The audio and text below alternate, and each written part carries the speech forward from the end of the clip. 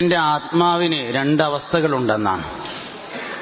ഒന്നാമത്തേത് ഹൃദയത്തിൽ ഒതുങ്ങി നിൽക്കുന്ന ആത്മാവും, രണ്ട് ശരീരത്തിൽ വിതരണം ചെയ്യപ്പെടുന്ന ആത്മാവും. ഒരാളുടെ ശരീരത്തിലേക്ക്, ഒരാളുടെ ജീവിതത്തിലേക്ക് റൂഹ് എന്ന ആത്മാവ് കടന്നു വരുന്നത് അവന്റെ മൂർധാവ് വഴിയാണ്. നമ്മുടെ ശരീരത്തിൽ ആദ്യമായി നിർമ്മാണം പൂർത്തീകരിക്കുന്ന അവയവം ഹൃദയമാണ്. ഉമ്മയുടെ ഗർഭപാത്രത്തിലായിരിക്കുന്ന സമയത്ത് 120 ദിവസം പൂർത്തിയാകുമ്പോൾ ഹൃദയത്തിന്റെ നിർമ്മാണം നടക്കും. ആ ഹൃദയത്തിലേക്ക് മൂർധാവ് വഴിയായി ഇറങ്ങി വരുന്ന ഒരു നിക്ഷേപമാണ് യഥാർത്ഥത്തിൽ റൂഹ്. ഈ റൂഹ് ഹൃദയത്തിൽ നിന്ന് ശരീരത്തിലേക്ക് വിതരണം ചെയ്യപ്പെടുമ്പോഴാണ് മരിക്കാൻ പ്രയാസമുണ്ടാകുക. ചില ആൾക്കാർക്ക് മരിക്കാൻ ഭയങ്കര ബുദ്ധിമുട്ടാണ്, ചിലർക്ക് മരണം എളുപ്പമാണ്. എപ്പോഴാണ് റൂഹിന്റെ വിതരണം നടക്കുക? റൂഹിനൊരു പ്രത്യേകതയുണ്ട്. അത് ഇലാഹിയായ സാമീപ്യമുള്ള സാധനമാണ്. അള്ളാഹുവിന്റെ സാമീപ്യമുള്ള സാധനമാണ് റൂഹ്. അള്ളാഹുവിന്റെ സാമീപ്യത്തെ അത് ഇഷ്ടപ്പെടുകയും ചെയ്യുന്നു. റൂഹ് ഇലാഹിയായ സാമീപ്യം ഇഷ്ടപ്പെടുന്നതാണ് ഉറക്കിന്റെ രസം. ഉറക്കം ഭയങ്കര രസമുള്ളൊരു പരിപാടിയാണ്. ഉറക്കത്തിന്റെ രസം ഉറങ്ങാൻ തുടങ്ങുമ്പോഴാ, ഉറങ്ങിക്കൊണ്ടിരിക്കുമ്പോഴാ, ഉറങ്ങിക്കഴിഞ്ഞാലാ എന്ന് ചോദിക്കാറുണ്ട്. ശരിക്കും അത് പിടുത്തം കിട്ടാത്തൊരു വിഷയമാണ്. ശരിക്കും ഉറങ്ങിക്കൊണ്ടിരിക്കുമ്പോഴാണ് ഉറക്കിന്റെ രസം, മുന്നേ അല്ല, ശേഷമല്ല. ഉറങ്ങിക്കൊണ്ടിരിക്കുമ്പോൾ എന്താണ് ഉറക്കിന്റെ രസം? മനുഷ്യ ശരീരത്തിൽ നിന്ന് ആത്മാവ് താഴെ ഇറങ്ങി ഇലാഹിയായ സാമീപ്യത്തിലേക്ക് സഞ്ചരിക്കുന്നതാണ് ഉറക്കത്തിൽ നടന്നുകൊണ്ടിരിക്കുന്നത്. നമ്മുടെ റൂഹിന് ഒരു പ്രത്യേകതയുണ്ട്. അത് പ്രത്യേകത എന്താ വെച്ചാൽ അത് ഇലാഹിയായ വസ്തുവാണ്. വനഫഖ്നാ ഫീഹി മിൻ റൂഹിനാ, നമ്മുടെ റൂഹിൽ നിന്ന് മനുഷ്യ ശരീരത്തിൽ നാം നിക്ഷേപിച്ചിരിക്കുന്നു. ഊതിയിരിക്കുന്നു എന്ന് പറഞ്ഞാല് റൂഹ് കനല്ലാത്തൊരു സാധനമാണെന്ന് മനസ്സിലാവും. ഊതിയാൽ ചലിക്കണമെങ്കിൽ കനമില്ലാത്ത സാധനമായിരിക്കണം. അപ്പൊ റൂഹ് എന്ന് പറഞ്ഞ സാധനം കനല്ലാത്തൊരു സാധനമാണ്. സജ്ജനങ്ങളുടെ റൂഹ് ശരീരത്തിൽ നിന്ന് പോകുമ്പോ പട്ടിന്റെ തൂവാലയിൽ പൊതിഞ്ഞു കൊണ്ടുപോകും എന്നുണ്ട്. അപ്പൊ എവിടെയെങ്കിലും പൊതിഞ്ഞാലേ നിൽക്കുള്ളൂ, അങ്ങനത്തെ സാധനമാണ്.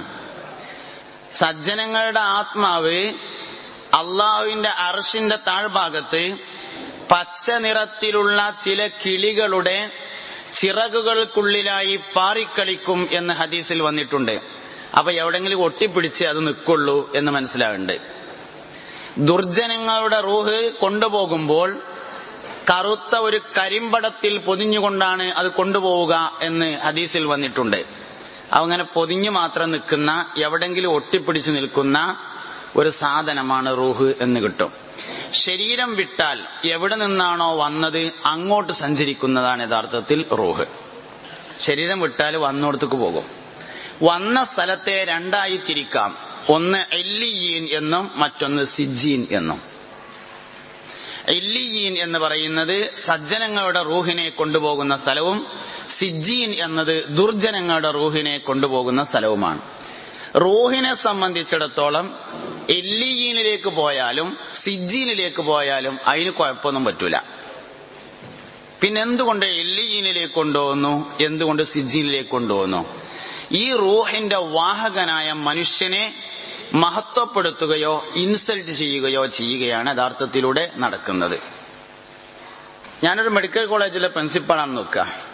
എന്റെ വാപ്പ ആശുപത്രിയിൽ പരിശോധനക്ക് വന്നാലേ എന്നെ അറിയുന്ന ആളുകളൊക്കെ ചെയ്യേണ്ടത് എനിക്ക് നൽകുന്ന അതേ പരിഗണന എന്റെ വാപ്പാക്കും കൊടുക്കലാണ്. എന്റെ വാപ്പാനെ വരി നിർത്തി വെയിലത്ത് അങ്ങനെ എല്ലാരും കഴിഞ്ഞിട്ട് അവസാനം പരിശോധിച്ചാല് വാപ്പാക്ക് മരുന്നൊക്കെ കിട്ടും, ശരിയാണ്, ദണ്ണും മാറും. ഇന്നെ ഇൻസൾട്ട് ചെയ്യലാണത്. എന്റെ റൂഹ് ഇല്ലിയീനിലേക്ക് കൊണ്ടുപോയി എഴുതിയിട്ട് റൂഹിന് കുഴപ്പമൊന്നും പറ്റൂല, എന്നെ ഇൻസൾട്ട് ചെയ്യണത്.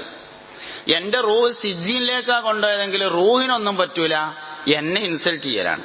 അപ്പൊ ഇല്ലിയീനിലേക്കാവുമ്പോൾ ഈ റൂഹ് ആരിലാണോ ഉണ്ടായിരുന്നത് അയാളെ മഹത്വപ്പെടുത്തലും, സിജ്ജീനിലേക്ക് കൊണ്ടുപോകുമ്പോൾ ഈ റൂഹ് ആരിലാണോ ഉണ്ടായിരുന്നത് അയാളെ ഇൻസൾട്ട് ചെയ്യലുമാണ് യഥാർത്ഥത്തിൽ സംഭവിക്കുന്നത്. റൂഹിനെ സംബന്ധിച്ച് ഇല്ലിയീനിലേക്ക് പോയാലും കുഴപ്പമില്ല, സിജ്ജീനിലേക്ക് പോയാലും അതിന് കുഴപ്പമില്ല. രണ്ടും ഇലാഹിയായ സാമീപ്യത്തിൽ ഉള്ള സ്ഥലമാണ്. അപ്പൊ ശരീരത്തിൽ നിന്ന് റൂഹ് താഴെ ഇറങ്ങിയാൽ എവിടെ നിന്നാണോ വന്നത് അങ്ങോട്ട് സഞ്ചരിക്കും. അതാണ് ഉറക്കത്തിന്റെ രസം. ദുനിയാവിൽ ഏറ്റവും കൂടുതൽ ഇലാഹിയായ സാന്നിധ്യമുള്ളത് കുട്ടികൾക്കാണ്. അതുകൊണ്ടാണ് കുട്ടികൾ കൂടുതൽ സമയം ഉറങ്ങണത്. പ്രഷർ കൂടി അല്ലെങ്കിൽ ഷുഗർ കൂടി ഹോസ്പിറ്റലിൽ ചെന്നാൽ ആദ്യമായിട്ട് തരുന്ന ഇഞ്ചക്ഷൻ ഉറങ്ങാനുള്ള ഇഞ്ചക്ഷനാണ്. ഉറങ്ങിയാൽ എല്ലാ പ്രശ്നവും തീർന്നു. കാരണം റൂഹ് ശരീരത്തിൽ നിന്നിറങ്ങി ഇലാഹിയായ സാമീപ്യത്തിലേക്ക് സഞ്ചരിക്കും. ഇലാഹിയായ സമീപത്തിലേക്ക് സഞ്ചരിച്ചു കൊണ്ടിരിക്കുമ്പോ ആ മനുഷ്യൻ വളരെയധികം സുഖത്തിലായിരിക്കും. കുട്ടികൾ ഉറങ്ങിക്കൊണ്ടേയിരിക്കും. കുട്ടികൾക്ക് വലിയ ഇലാഹിയായ സാമീപ്യമാണുള്ളത്. അതുകൊണ്ടാണ് ഒരു സ്ഥിരമായിട്ട് ഉറങ്ങണത്. എപ്പോഴാ ഉണരുക? റൂഹ് ഇങ്ങോട്ട് തന്നെ വന്നാ ഉണരും. അപ്പൊ എന്ത് ചെയ്യും? അപ്പൊ ഉമ്മ ഓടി വന്നിട്ട് രണ്ടാമത് റൂഹിന് വീണ്ടും കണക്ഷൻ കൊടുക്കും. ലാ ഇലാഹ ഇല്ലല്ലാഹു ലാ ഇലാഹ ഇല്ലല്ലാഹ് ലാ ഇലാഹ ഇല്ലല്ലാഹു മുഹമ്മദുർ ഈ ദുനിയാവിൽ ജനിച്ചു വന്നതിനു ശേഷം നമ്മൾ ആദ്യമായി കേട്ട പ്രേമഗാനമാണ് ലാ ഇലാഹ ഇല്ലല്ലാഹ്. ചരിത്രത്തിൽ തുല്യതയില്ലാതെ നമ്മളെ സ്നേഹിച്ച നമ്മുടെ ഉമ്മ തൊട്ടിലിൽ കിടന്ന് നമ്മൾ അസ്വസ്ഥരായി കരഞ്ഞപ്പോൾ ഓടിവന്ന് പാടിത്തന്ന സ്നേഹഗാനം. നമ്മൾ ഈ ദുനിയാവിൽ ആദ്യം കേട്ട പ്രേമഗാനമാണ് ലാ ഇലാഹ ഇല്ലല്ലാഹ്. പ്രേമം എന്ന് പറഞ്ഞാൽ സ്നേഹം. ചരിത്രത്തിൽ ഉമ്മാന്റെ അത്ര നമ്മളെ സ്നേഹിക്കാൻ ആർക്കും കഴിയില്ല, ഒരു മനുഷ്യനും കഴിയില്ല. മുഹമ്മദ് നബി സല്ലല്ലാഹു അലൈഹി വസല്ലം തങ്ങൾക്കൊഴിച്ച് വേറെ ആർക്കും കഴിയില്ല. ആ ഉമ്മ നമ്മൾ തൊട്ടിലിൽ കിടന്ന് കരഞ്ഞപ്പോ ഓടി വന്നിട്ട് 2 പാട്ടുണ്ട് പാടിയപ്പോ ഇതിനെന്തായി? റൂഹ് ശരീരത്തിൽ നിന്ന് ഇറങ്ങിയ ഉടൻ അള്ളാഹുവിന്റെ സമീപത്തിലേക്ക് അത് പോകും. അപ്പൊ സുഖായി. ഇനി എപ്പോഴാ ഉണരുക? എപ്പോഴാ അങ്ങോട്ട് തിരിച്ചു വരുന്ന അപ്പൊ ഉണരും. അപ്പൊ വീണ്ടും കരയും. കുട്ടികൾ കരയുന്നത് ഇലാഹിയായ സാമീപ്യത്തിന് വേണ്ടിയാണ്. ഒരു കുട്ടി നമ്മളെ ഇടയിൽ വന്നിട്ട് ഒറ്റപ്പെട്ടു, ചെറിയൊരു കുട്ടി. എന്നാ കുട്ടി കരയും. കാരണം എന്താ? പരിചയമുള്ള ആരുമില്ല. പരിചയമുള്ള ആരുമില്ലാത്തതിനാൽ കരയും. അപ്പൊ അങ്ങനെ അവൻ കരയുമ്പോ അവന്റെ വാപ്പ വന്നിട്ട് കൈമ പിടിച്ചാൽ കരച്ചിൽ നിർത്തും. കാരണം നമ്മളെക്കാളും അവന്റെ വാപ്പാനെ പരിചയമുണ്ട്, അതുകൊണ്ട് നിർത്തും. വാപ്പാന്റെ ഒരു കുട്ടി കരയാണെങ്കിലോ ഉമ്മ വന്നിട്ട് എടുത്താൽ നിർത്തും. കാരണം വാപ്പയേക്കാൾ ഉമ്മയെ പരിചയമുണ്ട്. ഉമ്മാന്റെ അടുത്തുനിന്നൊരു കുട്ടി കരയാണെങ്കിലോ ഉമ്മയേക്കാൾ പരിചയമുള്ള ആള് വരണം, അപ്പോൾ നിർത്തും. ആ ഉമ്മയേക്കാൾ പരിചയമുള്ള ആളുടെ വരവാണ് യഥാർത്ഥത്തിൽ പാടി ലാ ഇലാഹ ഇല്ലല്ലാഹു ലാ ഇലാഹ ഇല്ലല്ലാഹ് ലാ ഇലാഹ ഇല്ലല്ലാഹു മുഹമ്മദുർ റസൂലുള്ളാഹ്. ഏതൊരു മനുഷ്യനും അവന്റെ ഉമ്മയുടെ മടിയിൽ കിടക്കുന്ന അവസ്ഥയെക്കുറിച്ച് ആലോചിച്ചാൽ നന്നാവുന്നതാണ്.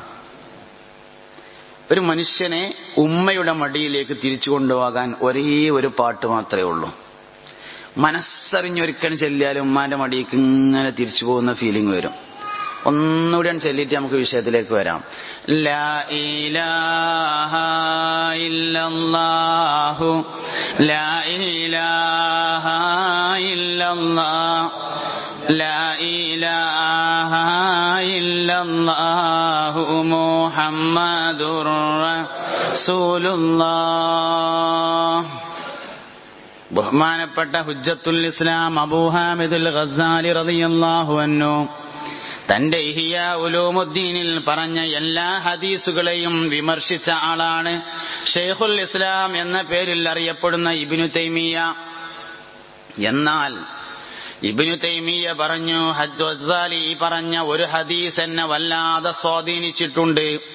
ഇദാ ദക്കറല്ലാഹ ഖലസ, അല്ലാഹുവിനെ ഒരു മനുഷ്യൻ ഓർത്താൽ രക്ഷപ്പെട്ടു എന്ന ഹദീസ് എന്നെ വല്ലാതെ സ്വാധീനിച്ചു. ഇദാ ദക്കറ അല്ലാഹ്, ഒരാൾക്ക് അല്ലാഹ് എന്നോർമ്മ വന്നാൽ ഖലസ, അവന് രക്ഷപ്പെടുന്നതാണ്. 86,400 സെക്കൻഡുകൾ ഒരു ദിവസമുണ്ട്. 86,400 സെക്കൻഡാണ് ഒരു ദിവസം. അതിലെ ഒരൊറ്റ സെക്കൻഡ് സമയം നമുക്ക് അല്ലാഹ് എന്നോർമ്മ വന്നാൽ വിജയിക്കുന്നതാണ്. ഒറ്റ സെക്കൻഡ് പഠിച്ചോനെ അല്ലാഹ് എന്നോർമ്മ വന്നാൽ മതി. ഇദാ ദക്കറല്ലാഹ ഖലസ, ഒറ്റ സെക്കൻഡ് മതി ഒരു മനുഷ്യൻ നന്നാവാൻ. ഒരു സെക്കൻഡ് കൊണ്ട് ഒരു മനുഷ്യന് നന്നാവാമെന്ന് തിരിച്ചറിയാൻ റൂഹ് തൊണ്ടക്കുഴിയിലേക്ക് എത്തേണ്ടി വരുമെന്ന് മാത്രം. വൽതഫത്തി സാഖു ബിസ്സാഖ്, വളന്ന അന്നഹുൽ ഫിറാഖ് വൽതഫത്തി സാഖു ബിസാഖ്. കാലുകൾ പരസ്പരം കൂട്ടിയുരസിയിട്ട് മരിക്കുകയാണെന്നുറപ്പിച്ചാൽ മനുഷ്യൻ പറയും, റബ്ബി ലൗലാ അഖർതനീ ഇലാ അജലിൻ ഖരീബ് ഫഅസ്സദ്ദഖ വഅകും മിനസ് സാലിഹീൻ. അല്ലാഹുവേ, എന്നെ ഒരു സെക്കൻഡ് പിന്തിച്ചിടുവോ, വഅകും മിനസ് സാലിഹീൻ, എന്നാൽ ഞാൻ സാലിഹീങ്ങളിൽ ഉൾപ്പെട്ടുകൊള്ളാം. ഒരാൾക്ക് സ്വാലിഹാവാൻ ആവശ്യമുള്ളത് ഒരു സെക്കൻഡാണ് എന്ന് തിരിച്ചറിയാൻ റൂഹ് തൊണ്ടക്കുഴിയിലെത്തണം. റൂഹ് തൊണ്ടക്കുഴിയിലെത്തുക എന്ന് പറഞ്ഞാല് റൂഹ് ഇവിടെ വന്ന് നിൽക്കൂല. ഹൃദയത്തിൽ നിന്ന് റൂഹിനെ എടുക്കുന്നതിനാണ് തൊണ്ടക്കുഴിയിലെത്തുക എന്ന് പറഞ്ഞത്. അസ്രായീൽ അലൈഹിസ്സലാമും അനുയായികളുമാണ് റൂഹിനെ പിടിക്കാൻ വേണ്ടി വരിക. നല്ല മനുഷ്യന്മാരുടെ അടുത്തേക്ക് വരുമ്പോ അസ്രായീൽ മുമ്പിലും പരിവാരം ബാക്കിലുമായിരിക്കും. വന്നിട്ട് അസ്സലാമു അലൈക്കും എന്ന് പറയും, ചിരിക്കും, തമാശക്ക് പറയും. തലയുടെ ഭാഗത്ത് ഇരുന്ന് ഇങ്ങനെ സ്വർഗത്തെ പറ്റി സംസാരിച്ചു കൊണ്ടിരിക്കുമ്പോ മലക്കുകൾ കാലിന്റെ തള്ളാമ്പലിന്റെ അവിടുന്ന് റൂഹ് ഇങ്ങനെ പിടിക്കും. അറിയുന്നില്ല. ഹൃദയത്തിൽ കൊണ്ടെന്ന് വെക്കുമ്പോ ആ മനുഷ്യനോട് അസ്രായീൽ അലൈഹിസ്സലാം മരണത്തിന് സമ്മതം ചോദിക്കും. മരിക്കല്ലേ എന്ന് ചോദിക്കും. ആയിക്കോട്ടെ എന്ന് പറയും. അപ്പൊ ഇവിടുക്കാണ് വെച്ചത്, അവിടുന്ന് തന്നെ എടുക്കുന്നത്. മൂർധാവിലൂടെ ഹൃദയത്തിലാണ് വെച്ചത്. കുട്ടികളെ തലമ്മ ഇങ്ങനെ ചാടുന്ന സ്ഥലം, അതിലൂടെ ഹൃദയത്തിലേക്കാണ് നിക്ഷേപിച്ചിട്ടുള്ളത്. അതുകൊണ്ട് അവിടെ നിന്ന് മൂർധാവിലൂടെ അത് തിരിച്ചെടുക്കുന്ന സമയത്ത് വീണ്ടും പതപ്പ് ഇങ്ങനെ തലച്ചോറ് ഇങ്ങനെ മൂർധാവ് ഇങ്ങനെ ചാടിക്കൊണ്ടിരിക്കും. മരിക്കുന്ന സമയത്തും തലച്ചോറ് ചാടും, ജനിച്ചു വന്ന ഉടനെയും ചാടും. അപ്പൊ ഇതിലൂടെയാണ് സാധനം തിരിച്ചെടുക്കുന്നത്. ഇവിടെ നിന്ന് ഇങ്ങോട്ട് എടുക്കുന്നതിനാണ് യഥാർത്ഥത്തിൽ റൂഹ് തൊണ്ടക്കുഴിയിലെത്താന്ന് പറഞ്ഞത്. അപ്പോൾ എല്ലാവർക്കും തിരിച്ചറിയാൻ പറ്റും, ഞാൻ മരിക്കുകയാണ്, ഒരു സെക്കൻഡ് കിട്ടിയാൽ നന്നാവാമെന്ന്. അപ്പോൾ ഒരു സെക്കൻഡ് സമയം ചോദിക്കും, പക്ഷെ കിട്ടൂല. ആ ഒരു തീരുമാനം ശരിക്ക് നന്നാവുക എന്ന് പറഞ്ഞാൽ ഒരൊറ്റ തീരുമാനമാണ്.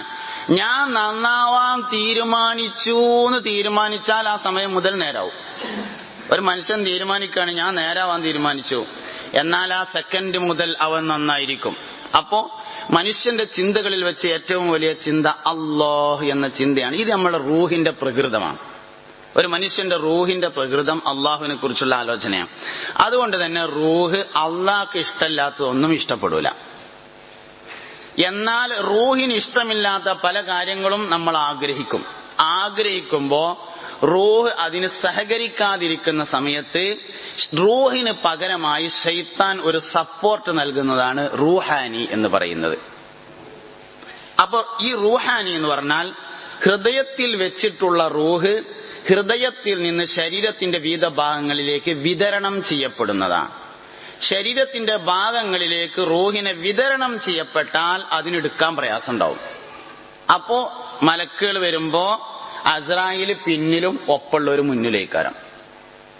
റൂഹ് വിതരണം ചെയ്യപ്പെട്ട ആളുടെ അടുത്തേക്ക് വരുമ്പോ അസ്രായീൽ പിന്നിലും മറ്റേ മലക്കുകൾ മുന്നിലും. പരുഷമായി പെരുമാറും, കരിമ്പടം ധരിച്ചിരിക്കും, കണ്ണുകൾ മഞ്ഞ നിറത്തിലായിരിക്കും, ദേഷ്യത്തോടുകൂടെ അവർ വരുമ്പോൾ തന്നെ ദുർഗന്ധമുണ്ടായിരിക്കും. അസ്രായീൽ ഒഴിഞ്ഞിങ്ങനെ നിൽക്കും, മലക്കുകൾ പിടിച്ചു വലിക്കും റൂഹിനെ. അവന്റെ ഹൃദയത്തിൽ കൊണ്ടുവന്ന് നിൽക്കുമ്പോ നരകം കാണിച്ചു കൊടുക്കും. നരകത്തെക്കുറിച്ച് ഭയപ്പെടുത്തി അവന്റെ റൂഹുമായി ഇങ്ങനെ പോകുമ്പോ കണ്ണ് റൂഹിനെ പിന്തുടരും. മേപ്പെട്ട് ഇങ്ങനെ നോക്കും റൂഹ് ഇങ്ങനെ പോകുമ്പോ. ആ മനുഷ്യൻ പേടിച്ച് വിറക്കുന്നതാണ്. മരിക്കാൻ സുഖം കിട്ടണമെങ്കിൽ റൂഹ് വിതരണം ചെയ്യപ്പെടാതിരിക്കണം. റൂഹിന്റെ വിതരണം നടന്നാൽ മരിക്കാൻ സുഖം ഉണ്ടാവില്ല. അതുകൊണ്ട് റൂഹിന്റെ താല്പര്യങ്ങൾക്കനുസരിച്ച് ഒരാൾ പ്രവർത്തിച്ചാൽ അവന്റെ റൂഹ് വിതരണം ചെയ്യപ്പെടൂല. റൂഹിന്റെ താല്പര്യമെന്ന് പറയുന്നത് ഇലാഹിയായ സ്മരണയാകുന്നു. ഇലാഹിയായ സ്മരണയിൽ അലാ ബിദിക്രില്ലാഹി തത്മഇന്നുൽ ഖുലൂബ്. അലാ അറിയുക, ബിദിക്രില്ല, ബിദിക്രി അല്ലാഹ് എന്നോർക്കൽ കൊണ്ട് തത്മഇന്നുൽ ഖുലൂബ് ഹൃദയങ്ങൾ അടങ്ങുന്നതാണ്.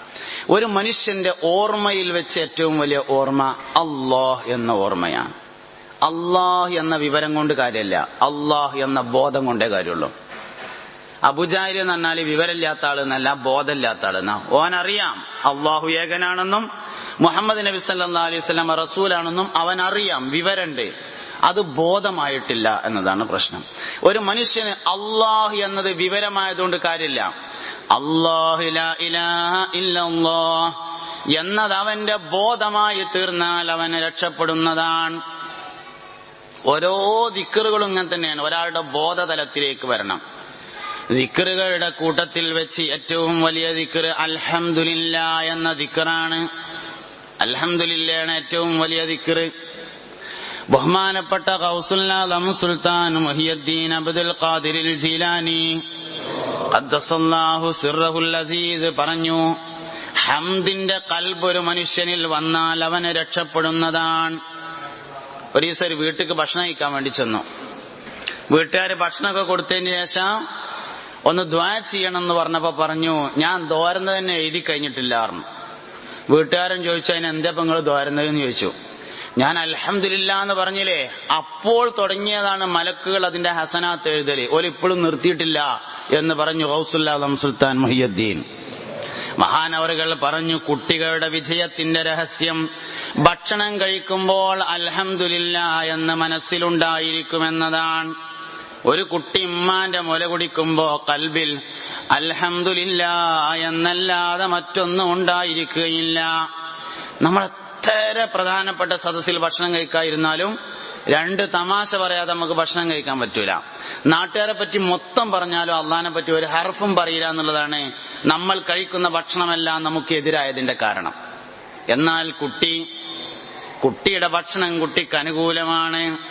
75 വയസ്സായ രണ്ടാൾക്കാർ തമ്മിൽ തല്ലൂടാണെങ്കിൽ രാവിലെ സുബഹിസ്കാരം കഴിഞ്ഞ് ചായ മക്കാനിയിൽ പോയി ചായ കുടിച്ച് പത്രം വായിച്ചിരിക്കുന്നതിനിടയിൽ അങ്ങോട്ടും ഇങ്ങോട്ടും ഒന്നും രണ്ടും പറഞ്ഞ് അത് പിന്നെ രാഷ്ട്രീയമായി അവർ തല്ലുകൂടി അവസാനം ഒരു വയസ്സം പുറത്തേക്കൊണ്ട് ഇറങ്ങിയിട്ട് മറ്റേ ആളോട് പറയും, എടാ അമ്മാന്റെ മുല ഒടിച്ച ആൺകുട്ടിയാണെങ്കിൽ പീടിന്റെ ഉള്ളൊന്ന് പുറത്തേക്കൊണ്ട് ഇറങ്ങുകയെന്ന്.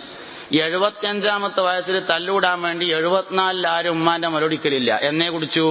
2 വയസ്സ് തികയുന്നതിന് മുമ്പ് കുടിച്ച മുലപ്പാലിന്റെ ഗുണം 100-ാം വയസ്സിലും നീണ്ടുനിന്നതിന്റെ കാരണം കുട്ടി മുല കുടിക്കുമ്പോൾ കുട്ടിയുടെ കൽബിൽ അൽഹംദുലില്ലാ എന്നല്ലാതെ മറ്റൊന്നുമില്ല എന്നതാണ്.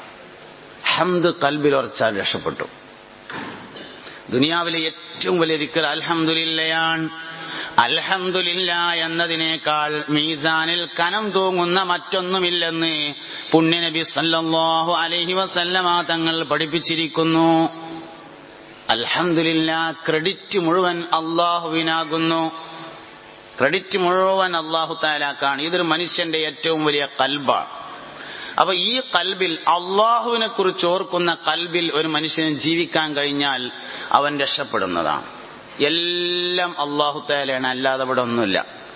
എല്ലാം അള്ളാഹു ആണ് എന്നൊരു മനുഷ്യന് തിരിച്ചറിഞ്ഞാൽ അവന് ഭക്ഷണം പോലും വേണ്ടി വരൂല എന്നാ. ഇബ്രാഹിമിന് അദ്ദേഹം റളിയല്ലാഹു അൻഹു ഭക്ഷണം കഴിച്ചില്ലെന്ന് ചരിത്രത്തിലുണ്ട്. ഇബ്രാഹിം അദ്ദേഹം ഭക്ഷണം കഴിച്ചിട്ടില്ല എന്നാ. മഹാനവറുകൾ കൊട്ടാരം വിട്ട കഥ എല്ലാവർക്കും അറിയാം. ഒരു ദിവസം രാവിലെ കൊട്ടാരത്തിന്റെ മുമ്പിൽ ഇരുന്ന് ഭക്ഷണം കഴിക്കുകയാണ്, നാസ്ത റൊട്ടി കഴിക്കുകയാണെന്ന് വെക്കുക ഉദാഹരണം. റൊട്ടി ഇങ്ങനെ കഴിക്കാൻ ഒരുങ്ങാണ്. മൂപ്പരിങ്ങനെ ഇരിക്കുമ്പോ ഒരു പക്ഷി വന്നു, ഒരു കാക്ക എന്ന് നമ്മളതിനെ പേരിടാം. ഒരു കാക്ക വന്ന് അതിൽ നിന്ന് റൊട്ടി എടുത്ത് പറന്നുപോയി. മൂപ്പര് കുറെ നേരം അതിങ്ങനെ നോക്കിയിരുന്നിട്ട് പിന്നെ അവസാനം ഭക്ഷണം കഴിച്ചു.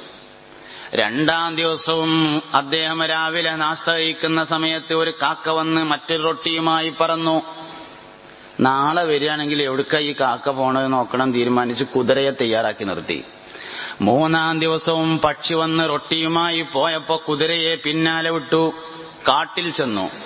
ഒരു മനുഷ്യന്റെ 2 കൈയും ബാക്കിലേക്ക് ഇങ്ങനെ കെട്ടിയിട്ട് തല മേപ്പെട്ടാക്കിയിട്ട് ഇങ്ങനെ കെട്ടിയിട്ടിരിക്കുകയാണ്. മരത്തുമ്മ ഇങ്ങനെ കെട്ടിയിട്ടിരിക്കുകയാണ്. അപ്പൊ മരത്തുമ്മ ഇങ്ങനെ കെട്ടിയിട്ടിരിക്കുകയാണ്. അപ്പൊ ആ സമയത്ത് ഇബ്രാഹിം അദ്ദേഹം ചോദിച്ചു, കെട്ടൊക്കെ കഴിച്ചിട്ട്, അല്ല മനുഷ്യ എന്താ എന്റെ കഥ ഒന്ന് പറഞ്ഞോണ്ടോ പറഞ്ഞു.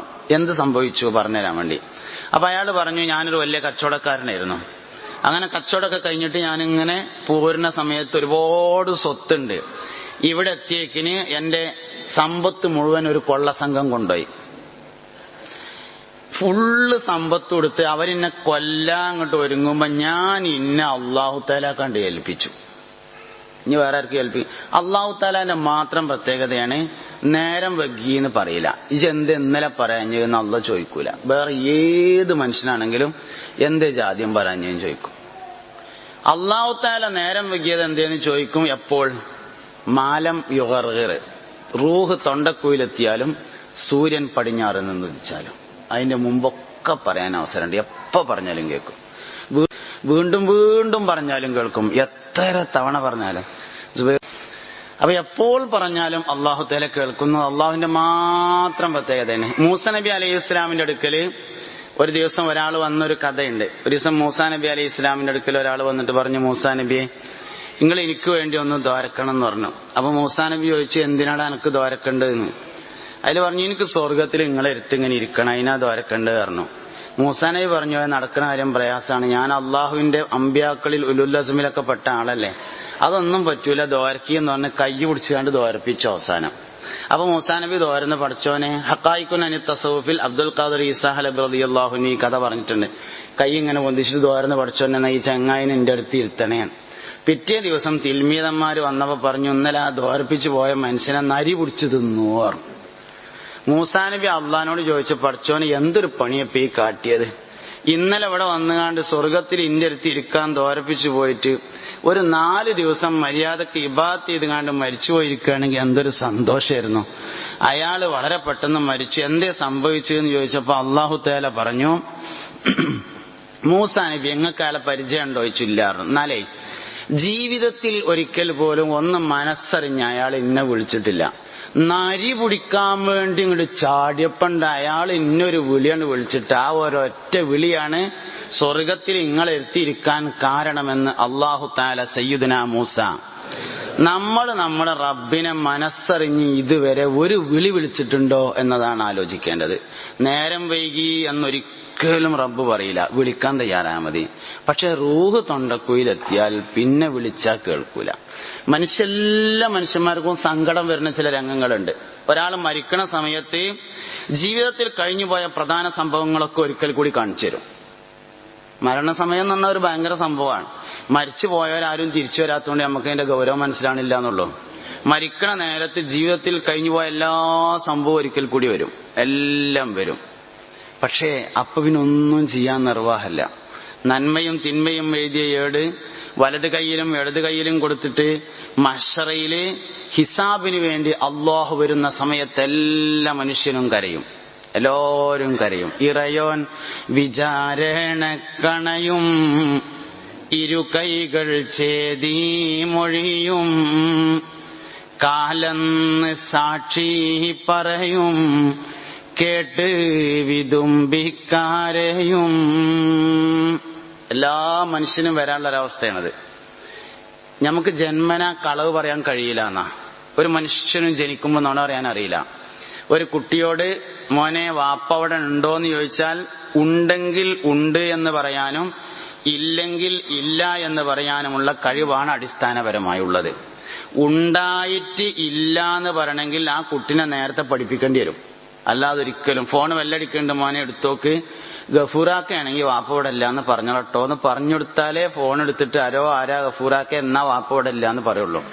ഇല്ലെങ്കിൽ പറയില്ല. ജന്മനാ കളവ് പറയാൻ കഴിയില്ല. ഇത് മഹ്ശറിൽ ചെന്നാൽ ഇതേ അവസ്ഥയാണ്. കളവ് പറയാൻ ഒരു കുട്ടിക്ക് കഴിയില്ല. പിന്നെ എന്തിനാ വായ സീൽ വെക്കണത്? എന്നാലും ഓൻ കളവ് പറഞ്ഞ് നോക്കിയതല്ലേ, അതുകൊണ്ട് ഇനിയും ഉണ്ടണ്ട. അൽയൗമ നഖ്തിമു അലാ അഫ്വാഹിഹിം വതുകല്ലിമുനാ അയ്ദീഹിം വതശ്ഹദു അർജുലുഹും ബിമാ കാനൂ യക്സിബൂൻ. ഇറയോൻ വിചാരണ കണയും, ഇരു കൈകൾ ചേതി മൊഴിയും, കാലന്ന് സാക്ഷി പറയും, കേട്ട് വിതുമ്പിക്കാരെയും. റബ്ബേ ചതിച്ചല്ലോ എന്നെ, ഹുബ്ബേ പൊറുക്കുമോ ഇന്നേ, തേങ്ങിക്കരഞ്ഞന്ന് വിള്ളും, തേട്ടം പടച്ചോനും തള്ളും. അന്ന് പറഞ്ഞിട്ടൊരു കാര്യമില്ല. അവന്റെ അഭ്യർത്ഥന ഇലാഹായ റബ്ബ് തള്ളിക്കളയുന്നതാണ്. അതുകൊണ്ട് റൂഹ് തൊണ്ടക്കുഴിയിലെത്തുന്നതിന് മുമ്പ് അല്ലാഹ് എന്ന് വിളിക്കാൻ പറ്റിയാൽ രക്ഷപ്പെടാം. ഒരു മനുഷ്യന് അള്ളാഹു നൽകുന്ന ഏറ്റവും വലിയ തൗഫീഖ് മരണത്തെക്കുറിച്ച് മരിക്കുന്നതിന് മുമ്പ് സൂചന കൊടുക്കലാണ്. അള്ളാഹു ഒരു മനുഷ്യന് നൽകുന്ന ഏറ്റവും വലിയ തൗഫീഖ് മരിക്കുന്നതിന് മുമ്പ് ഞാൻ മരിക്കാൻ പോവുകയാണ് എന്ന് തോന്നലാകുന്നു. എന്നാൽ അവന് മനസ്സറിഞ്ഞ് തൗബ ചെയ്യാം. മനസ്സറിഞ്ഞ് റബ്ബിനോട് പറയാൻ തയ്യാറുണ്ടെങ്കിൽ ഉഹുദ് മലയോളം പാപം ഒരു മനുഷ്യൻ ചെയ്തിട്ടുണ്ടെങ്കിലും പുറത്തു തരാൻ നിന്റെ റബ്ബ് തയ്യാറാണ്. അല്ലാഹു റബ്ബുൽ ഇസ്സത്തിനെ മനുഷ്യൻ വിളിക്കുന്ന വിളികളിൽ അവന് ഏറ്റവും ഇഷ്ടപ്പെട്ട വിളി റബ്ബനാ, എന്റെ റബ്ബേ എന്ന വിളിയാകുന്നു. അതുകൊണ്ടാണ് എല്ലാ ദുആന്റെയും മുമ്പ് റബ്ബന എന്ന് ചേർത്തിട്ടുള്ളത്. റബ്ബ് എന്ന് പറഞ്ഞാൽ ഓരോ വസ്തുവിനെയും എങ്ങനെയാണോ നോക്കേണ്ടത് അങ്ങനെ നോക്കലാകുന്നു റബ്ബ്. ഒരു കൂട്ടത്തിൽ 10,000 ഉറുമ്പുകൾ ഉണ്ടെങ്കിൽ ആ ഉറുമ്പും കൂട്ടത്തെ ഒന്നായിട്ട് നോക്കല്ല അല്ലാഹു തആല, ഓരോ ഉറുമ്പിനെയും വേറെ വേറെ നോക്കുന്നു. സാലിം ഫൈലിയെ നോക്കുന്നത് പോലെയല്ല സുബൈർ ഹുദവിയെ നോക്കുന്നത്, അവർ രണ്ടുപേരെയും നോക്കുന്നത് പോലെയല്ല തങ്ങളെ നോക്കുന്നത്. ഓരോരുത്തരും വേറെ വേറെയാണ്. എന്റെ റബ്ബ് എന്നെ നോക്കാൻ കഴിവുള്ളവനാണെന്നും അവൻ എന്നെ നോക്കിക്കൊണ്ടിരിക്കുന്നു എന്നതുമായ ബോധമാണ് ഏറ്റവും വലിയ ബോധം. അതിനെയാണ് റുബൂബിയ്യത്തിന്റെ ബോധം എന്ന് പറയുന്നത്. അദബ് കേടിൽ വെച്ച് ഏറ്റവും വലിയ അദബ് കേട് അല്ലാഹുവിന്റെ ഖളായിൽ, അല്ലാഹുവിന്റെ തീരുമാനത്തിൽ അസംതൃപ്തി രേഖപ്പെടുത്തലാണെന്ന് ഹുജ്ജത്തുൽ ഇസ്ലാം അബൂ ഹാമിദുൽ ഗസാലി. ഏറ്റവും വലിയ അദബ് കേട് അല്ലാഹു ഒരു തീരുമാനം എടുത്താൽ അത് ശരിയായില്ലാന്ന് തോന്നലാണ്. കല്യാണം കഴിഞ്ഞ് ആദ്യത്തെ സൽക്കാരത്തിന് വന്ന് പുതിയണ്ണും പുതുമണവാളനും പുതുമണവാട്ടിയും ബൈക്കും മടങ്ങുമ്പോ ആക്സിഡന്റ് ഉണ്ടായി, പുതിയാപ്പള മാത്രം മരിച്ചു, മണവാട്ടി രക്ഷപ്പെട്ടാല് നാട്ടുകാര് മൊത്തം പറയും അല്ലാ ആ പെണ്ണിന്റെ ഒരു വിധി വല്ലാത്തൊരു വിധിയായി പോയല്ലോ എന്ന്. പെണ്ണിന് വിധിയില്ല, വിധി അല്ലാഹുവിന് മാത്രമേ ഉള്ളൂ. അള്ളാഹുവിന്റെ ഏതെങ്കിലും ഒരു തീരുമാനത്തിൽ എപ്പോഴെങ്കിലും നമുക്ക് അസംതൃപ്തി തോന്നിയിട്ടുണ്ടെങ്കിൽ അതാണ് ദുനിയാവിലെ ഏറ്റവും വലിയ അദബ് കേട് പറയുന്നത്. അള്ളാന്റെ തീരുമാനത്തെ അംഗീകരിക്കാൻ കഴിയുമ്പോഴാണ് ഒരു മനുഷ്യനിൽ റുബൂബിയത്ത്, എന്റെ റബ്ബ് അള്ളാഹുവാകുന്നു. എനിക്ക് എപ്പോഴാണോ രോഗം വേണ്ടത് അപ്പോൾ അള്ളാഹു എനിക്ക് രോഗം തരുന്നു. എനിക്കെപ്പോഴാണോ ശിഫ വേണ്ടത് അപ്പോൾ അള്ളാഹു എനിക്ക് ശിഫ നൽകുന്നു. സയ്യിദുനാ ഇബ്രാഹിം അലൈഹിസ്സലാമിനെ നമ്രൂദ് രാജാവ് തീയിലിടാൻ വേണ്ടി കൊണ്ടുപോവുകയാണ്. നമ്രൂദ് തീയിലിടാൻ വേണ്ടി കൊണ്ടുപോവാണ്. വലിയ തീയാണ്, അലോക്കിന്റെ കുളം കുത്തിയിട്ടായിരുന്നു നിറയെ തീയിട്ട് കത്തിച്ചിരിക്കുകയാണ്. ഇടാൻ വേണ്ടി ഇങ്ങനെ കൊണ്ടുപോകുമ്പോ നസലൽ അമീൻ മലക്ക് ജിബ്രായീൽ അലൈഹിസ്സലാം ഇറങ്ങി വന്നിട്ട് ചോദിച്ചു, അല്ലയോ ഇബ്രാഹിം നബിയെ വല്ല ആവശ്യവുമുണ്ടോ? സയ്യിദുനാ ഇബ്രാഹിം അലൈഹിസ്സലാം പറഞ്ഞു, അമ്മാ ഇലൈക ഫല, നിങ്ങളിലേക്ക് എനിക്കൊരു ആവശ്യവുമില്ല. വന്നയാൾ പറഞ്ഞു, ഞാൻ ജിബ്രീലാണ്, അള്ളാഹുവിന്റെ അടുക്കൽ നിന്ന് വരികയാണ്. മനസ്സിലായി. അള്ളാഹുവിലേക്ക് നിങ്ങൾക്ക് വല്ല ആവശ്യവുമുണ്ടോ എന്ന് ചോദിച്ചപ്പോ പറഞ്ഞു, എനിക്കെന്താണ് ആവശ്യമുള്ളതെന്ന് എന്നേക്കാൾ എന്റെ റബ്ബിനാണ് അറിയുക, അതുകൊണ്ട് എനിക്കൊന്നും പറയാനില്ല എന്ന് സയ്യിദുനാ ഇബ്രാഹിം. എനിക്കെന്താണ് ആവശ്യമുള്ളത് നിന്നെക്കാൾ എന്റെ റബ്ബിനാണ് അറിയാം. നമ്മൾ ദുആ കൊയങ്ങിക്കണം അള്ളാഹിനോട്. ദുആന്റെ ഇജാബത്ത് എന്ന് പറഞ്ഞാൽ 3 തരത്തിലാണ്. ദുആന്റെ ഇജാബത്ത് 3 തരത്തിലാണ്. ഒന്ന്, ദുആ ചെയ്തത് അതേമാതിരി തരാം, ചോദിച്ചത് അതേമാതിരി തരാം. 2, ചോദിച്ചതിനേക്കാൾ ഹൈറായത് തരാം. 3, ചോദിച്ചതിന് കൂലി തരാം. ചോദിച്ചത് അതേമാതിരി തരാൻ ആരെ കൊണ്ടും പറ്റും. കുറച്ചൊരു സാമ്പത്തിക ആവശ്യം ഉണ്ടെങ്കിൽ ചോദിച്ചത് തരാം.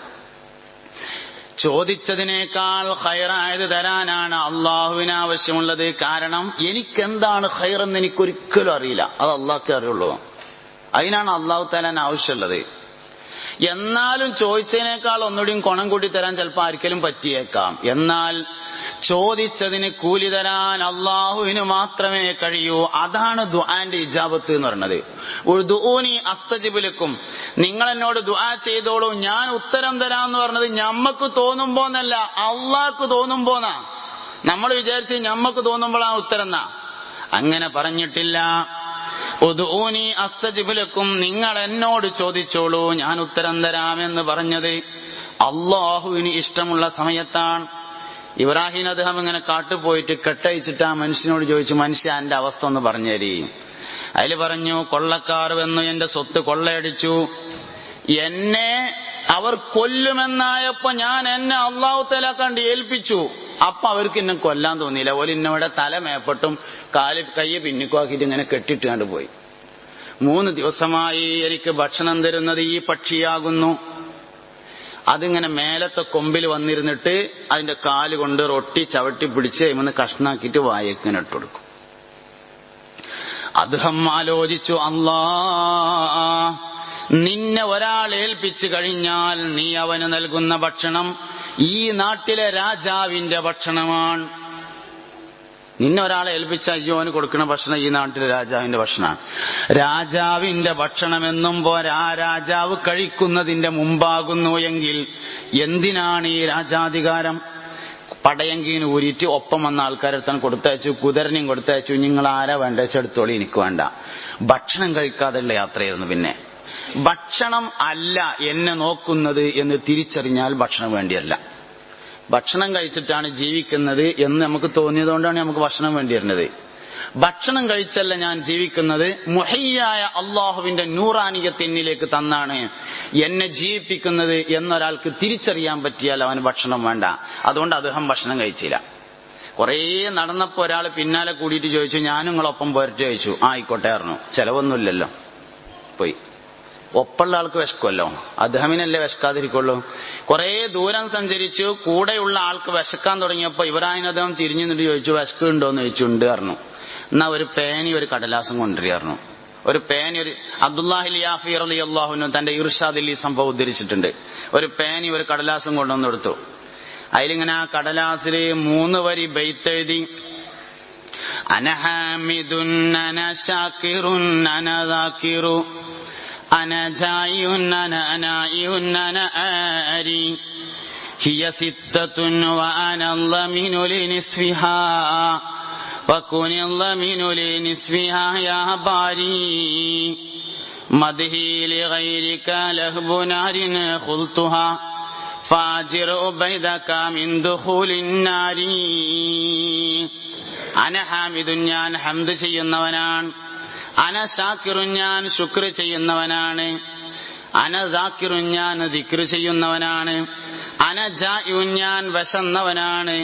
അന നായിഉൻ, ഞാൻ ദാഹിച്ചവനാണ്. അന ആരി, ഞാൻ വസ്ത്രമില്ലാത്തവനാകുന്നു. ഹിയ സിത്തത്തുൻ, ഇപ്പോൾ പറഞ്ഞത് 6 കാര്യങ്ങളാകുന്നു. വ അന ളമീനു ലിസ്ഫിഹാ, പകുതിക്ക് ഞാൻ ഉത്തരവാദിയാണ്. ദിക്ർ ഞാൻ ചൊല്ലണം, ശുക്ർ ഞാൻ ചെയ്യണം, ഹംദ് ഞാൻ ചെയ്യണം, അതിന് ഞാൻ ഉത്തരവാദിയാണ്. അതുകൊണ്ട്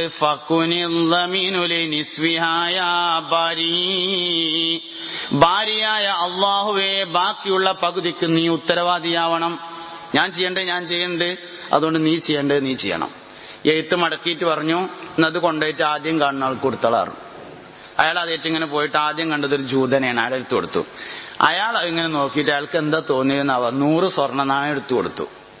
ആ സ്വർണ്ണ നാണയേറ്റ് അദ്ദേഹമിന്റെ അടുത്ത് ഇങ്ങനെ വന്നവിടെ വെച്ചപ്പോ പറഞ്ഞു, നിൽക്കേ, എടുക്കാനായിട്ടില്ലായിരുന്നു. കുറച്ച് കഴിഞ്ഞപ്പോണ്ട് സ്വർണ്ണ നാണയം കൊടുത്ത ആളിങ്ങനെ വരുന്നു. സ്വർണ്ണ നാണയം കൊടുത്ത ആളിങ്ങനെ വന്നിട്ട്, എനിക്കൊന്ന് കെലിമ ചൊല്ലിത്തരീന്ന് പറഞ്ഞു. അഷ്ഹദു അല്ലാ ഇലാഹ ഇല്ലല്ലാഹ് വഅഷ്ഹദു അന്ന മുഹമ്മദർ റസൂലുള്ളാഹ് എന്ന് പറഞ്ഞപ്പോ നദിന്ന് പോയിട്ട് ഭക്ഷണം കൊണ്ടുവരികയാണ്. ഒരു മനുഷ്യൻ അള്ളാഹുവിനെ അർപ്പിക്കുകയാണ്. ആൾക്കാർ മുസ്ലിം ആ വല്ല കാരണമൊന്നും വേണ്ട. 2-3 കാരണം. 3 തരത്തിലാണ് മനുഷ്യന്മാർ ഇസ്ലാമിലേക്ക് വരിക. ഒന്ന്, നല്ലോണം പഠിച്ച് മനസ്സിലാക്കിയിട്ട്, അത് വളരെ കുറവാണ്.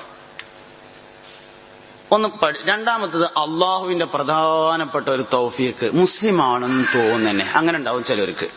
സിദ്ദീഖ് റളിയല്ലാഹു അൻഹു ജാഹിലിയ കാലഘട്ടത്തിൽ പോലും ശിർക്ക് ചെയ്തിട്ടില്ല. പറയുമ്പോൾ മൂപ്പര വാപ്പ അക്കാലത്ത് ജ്വല്ലറി നടത്തിയുന്ന ആളാണ്. ആ കാലത്തെ ജ്വല്ലറി എന്ന് പറഞ്ഞാൽ സ്വർണം കൊണ്ടും വെള്ളി കൊണ്ടും പടച്ചോനുണ്ടാക്കിയിട്ട് വിൽക്കുക. അതാണ് അബൂ ഖുഹാഫാന്റെ ജോലി. അന്നത്തെ ജ്വല്ലറി അതാണ്. മകന്റെ ജോലിയോ തുണിക്കച്ചവടാണ്. അപ്പൊ വാപ്പാക്ക് ജ്വല്ലറിയും മകന് ടെക്സ്റ്റൈൽസും. അങ്ങനെയായിരുന്നു അബൂബക്കർ റളിയല്ലാഹു അൻഹു വാപ്പ അബൂ ഖുഹാഫി. പ്രായം തികഞ്ഞാല് അബൂ ഖുഹാഫാന്റെ വീട്ടിൽ ഒരു റൂം ഉണ്ടാക്കും, മക്കൾക്ക് പ്രത്യേകിച്ച്. എന്നിട്ട് ആ റൂമിൽ ഒരു പടച്ചോനെ വെച്ചു കൊടുത്തിട്ട് പറയും, മോനെ അന്റെ പടച്ചോ ദാട്ടോ എന്ന് പറയും. സിദ്ദീഖ് റളിയല്ലാഹു അൻഹു പ്രായം തികഞ്ഞപ്പോ ഒരു റൂമൊക്കെ ഉണ്ടാക്കി അതിലൊരു പടച്ചോനെ കാക്കിയിട്ട് പറഞ്ഞു, മോനെ അന്റെ പടച്ചോ ഇതാണ് പറഞ്ഞപ്പോ വാപ്പ പോയേക്കിന് സിദ്ദീഖ് റളിയല്ലാഹു അൻഹു വാതിലടച്ചിട്ട് പടച്ചോനോട് പറഞ്ഞു, പടച്ചോനെ വല്ലാതെ വിശക്കുണ്ട്, ലേശം ഭക്ഷണം തരുമോ ചോദിച്ചു. പടച്ചോണ്ട് അതിന് മുണ്ടണോ? വെള്ളം വല്ലാതെ ദാഹിക്കുന്നുണ്ട്, കുറച്ച് വെള്ളം തരുമോ ചോദിച്ചു. എന്നാൽ അനക്ക് ഇബാത്തി എന്നെ കിട്ടൂലട്ടോ എന്ന് പറഞ്ഞു. ജാഹിലിയ്യ കാലഘട്ടത്തിൽ ചെറുപ്പത്തിൽ പോലും വിഗ്രഹത്തിന് മുന്നിൽ ആരാധിച്ചിട്ടില്ലാത്ത മനുഷ്യനാണ് സയ്യിദുനാ സിദ്ദീഖുൽ അക്ബർ. വലിയൊരു തൗഫീഖാണ്. അന്ന് അക്കാലത്ത് വിഗ്രഹത്തെ ആരാധിച്ചില്ല, അക്കാലത്ത് കള്ളു കുടിച്ചില്ല എന്നൊക്കെ പറഞ്ഞ സിദ്ദീഖ് റളിയല്ലാഹു അൻഹു ഒരിക്കൽ ആളുകൾ ചോദിച്ചു, സിദ്ദീഖ് തങ്ങളെ, നിങ്ങൾ ജാഹിലിയ്യ കാലത്ത് മദ്യപിച്ചിട്ടുണ്ടോ, കള്ളു കുടിച്ചിട്ടുണ്ടോ ചോദിച്ചു. സഹോദരങ്ങളെ, അപ്പോ ഇസ്ലാമീയത്തിലേക്ക് ആളുകൾ വരുന്നത് 3 തരത്തിലാണെന്നാണ് ഞാൻ പറഞ്ഞത്. ഒന്ന്, നന്നായി പഠിച്ചിട്ട്, എല്ലാം പഠിച്ചിട്ട്, നല്ലോണം പഠിച്ചിട്ട് ഇസ്ലാമിലേക്ക് വരിക എന്നുള്ളത് കുറവായിരിക്കും. കാരണം ഈമാൻ എന്ന് പറയുന്നത് അഖ്ലിയല്ല, ബുദ്ധിപരം അല്ല. ഒരാൾ കുറേ ആലോചിച്ചിട്ട് എത്ര ആലോചിച്ചാലും ഇപ്പൊ സിറാത്ത് പാലം മനസ്സിലാകാൻ പോണില്ല. വാളിനേക്കാൾ മൂർച്ചയുള്ളത്, മുടിയേക്കാൾ നേർമയുള്ളത്, കോടിക്കണക്കിന് മില്യൺ കണക്കിന് മനുഷ്യന്മാര് നടന്നു പോകുന്നത് എങ്ങനെ ആലോചിച്ചാൽ അത് മനസ്സിലാകുക? എന്താ മനസ്സിലാകണത് ശരിക്ക്? മീസാൻ എന്ന സുലാത്ത് എങ്ങനെ ആലോചിച്ചാലും മനസ്സിലാവില്ല. പിന്നെ എന്താ മനസ്സിലായത്? മുഹമ്മദ് നബി സല്ലല്ലാഹു അലൈഹി വസല്ലം അള്ളാന്റെ റസൂലാണ് എന്നാണ് മനസ്സിലാകുന്നത്. അത് മനസ്സിലായപ്പോ ബാക്കിയുള്ളതൊക്കെ മനസ്സിലായതാണ്. ശരിക്കും മനസ്സിലായത് എന്താണെന്നറിയോ? മുഹമ്മദ് നബി സല്ലല്ലാഹു അലൈഹി വസല്ലമ തങ്ങൾ അള്ളാഹുവിന്റെ റസൂലാണെന്ന് ഒരാൾക്ക് മനസ്സിലായാൽ മുഹമ്മദ് നബി പറഞ്ഞൊക്കെ മനസ്സിലായി. നമ്മൾ വിശ്വസിച്ച അള്ളാഹു എന്ന് പറയുന്നത് മുഹമ്മദ് നബി സല്ലല്ലാഹു അലൈഹി വസല്ലമ ഏത് അള്ളാഹുവിനെ കുറിച്ചാണോ പറഞ്ഞിട്ടുള്ളത് ആ അള്ളാഹുവിലാണ് വിശ്വസിച്ചിട്ടുള്ളത്. അപ്പൊ നമ്മൾ അള്ളാഹിനെ പറ്റി പറയുമ്പോൾ കുറച്ച് തെറ്റിയാലും കുഴപ്പമില്ല. മുഹമ്മദ് നബി പറഞ്ഞ അള്ളാഹിനെ പറ്റി ആയിരിക്കണം. പറഞ്ഞതൊക്കെ ശരിയായി, പക്ഷെ ഇത് ഏത് അള്ളാഹിനെ പറ്റിയപ്പാ പറഞ്ഞതെന്ന് ചോദിച്ചപ്പോ മുഹമ്മദ് നബി പറഞ്ഞ അള്ളാഹിനെ പറ്റിയിട്ട് അല്ല എന്ന് പറഞ്ഞാൽ എത്ര നന്നായിട്ടും കാര്യമില്ല. ഇതാണ് സംഗതി. അപ്പൊ നമുക്ക് ഈമാൻ വന്നത് നബിതങ്ങളിൽ താല്പര്യം വന്നപ്പോഴാണ് യഥാർത്ഥത്തിൽ. അതുകൊണ്ട് ഈമാൻ എന്ന് പറയുന്നത് ബുദ്ധിപരമല്ല, ആലോചിച്ചിട്ട് പഠിച്ചിട്ട് മീസാൻ എന്ന തുലാസും സിറാത്ത് പാലവും സ്വർഗവും നരകവും മനസ്സിലായിട്ട് ഒരാൾ വിശ്വസിക്കുക എന്നുള്ളത് ഉണ്ടാവില്ല. ബുദ്ധിപരമല്ല, അഖ്ലിയല്ല. അത് ശരിക്ക് ഈമാൻ ഒരു ഫീലിംഗ് ആണ്. സ്നേഹം പോലെ, ദുഃഖം പോലെ, ടെൻഷൻ പോലെ, സന്തോഷം പോലെ ഒക്കെ ഇവിടെ കിടക്കുന്നത്. മറ്റേ ഇവിടെയാണ്. ഇവിടെ കിടക്കുന്ന ഒരു സാധനമാണ് ഈമാൻ എന്ന് പറയുന്നത്. അതൊരു ഫീലിംഗ് ആണ് ശരിക്ക്. അതുകൊണ്ട് പഠിച്ചിട്ട് വരിക എന്നുള്ളത് അപൂർവം ചിലരിൽ സംഭവിച്ചേക്കാം. രണ്ടാമത് തൗഫീഖാണ്. അങ്ങോട്ട് തോന്നുന്നെ മുസ്ലിമാണെന്ന്, അങ്ങനെ ചില ആൾക്കാരുണ്ടാവും. മൂന്നാമത് ദാഇമാരുടെ പ്രവർത്തനം മൂലമാണ്. ദഅവത്ത് നടത്തുന്ന ആളുകളുടെ പ്രവർത്തനം മൂലമാണ് ഇസ്ലാമിലേക്ക് വരുന്നത്. 1,01,000 സഹാബികളാണ് ഹജ്ജത്തുൽ വദാഇന്റെ അന്ന് അറഫയിലുള്ളത്. അവരോടാ നബി തങ്ങൾ പറഞ്ഞത് അലാഫൽ യുബല്ലിഗി ഷാഹിദുൽ ഗായിബ. പക്ഷേ അതിൽ 10,000-ൽ താഴെ ആളുകളുടെ ഖബറേ മദീനയിലുള്ളൂ. നബി തങ്ങളുടെ വഫാത്തിന് ശേഷം അവരൊക്കെ പോയതാണല്ലോ. നമ്മുടെ നാട്ടിലും വന്നു. മുഗീറത്ത് ബിൻ ശുഅബ റളിയല്ലാഹു അൻഹു താമസിച്ച പ്രദേശമാണ് കോഴിക്കോട് ടൗണിലെ മുഖദാർ എന്ന് പറയുന്ന സ്ഥലം. മുഗീറത്തുദ്ദാർ ആയിരുന്നു, അത് പിന്നീട് മുഖദാർ ആയതാണ്. ധാരാളം സഹാബികൾ വന്നിട്ടുണ്ട്, ലോകത്തിന്റെ വിവിധ ഭാഗങ്ങളിൽ വന്നിട്ടുണ്ട്. ഏത് നാട്ടിൽ ചെന്നാലും സഹാബിന്റെ ഖബറാണ് പറഞ്ഞിട്ട് 1-2 ഖബർ കാണിച്ചു തരും. സലാലയിൽ ചെന്നപ്പോ കണ്ടു, ബഹ്റൈനിൽ ചെന്നപ്പോ കണ്ടു, എവിടെ ലക്ഷദ്വീപിൽ ചെന്നപ്പോ കണ്ടു, എവിടെ ചെന്നാലും കാണുന്നുണ്ട്. സഹാബികൾ ലോകത്തിന്റെ വിവിധ ഭാഗങ്ങളിലേക്ക് പോയി. ഞാൻ വിഷയത്തിലേക്ക് വരാം. അപ്പൊ ഒരു മനുഷ്യന്റെ ചിന്തകളിൽ വെച്ച് ഏറ്റവും വലിയ ചിന്ത അള്ളാഹുവിനെ കുറിച്ചുള്ള ചിന്തയാണ്. ശരിക്കും ഈ ചിന്ത കൂടുതലുള്ളത് കുട്ടികൾക്കാണ്. ഞാൻ കഴിഞ്ഞ ദിവസം പ്രസംഗിക്കുമ്പോൾ പറഞ്ഞിരുന്നു, ഒരു കുട്ടി ഉമ്മയുടെ മുല കുടിക്കുന്ന സമയത്ത് കരയുന്നുണ്ടെങ്കിൽ അതിന് 3 കാരണമാണ് ഉണ്ടായിരിക്കുക. ഒന്നുകിൽ മുലപ്പാല് കേടുവരിക, അല്ലെങ്കിൽ മുലക്കണ്ണ് വൃത്തിയില്ലാതിരിക്കുക, അല്ലെങ്കിൽ ഉമ്മ അള്ളാഹുവിനെ കുറിച്ചല്ലാതെ ചിന്തിക്കുക.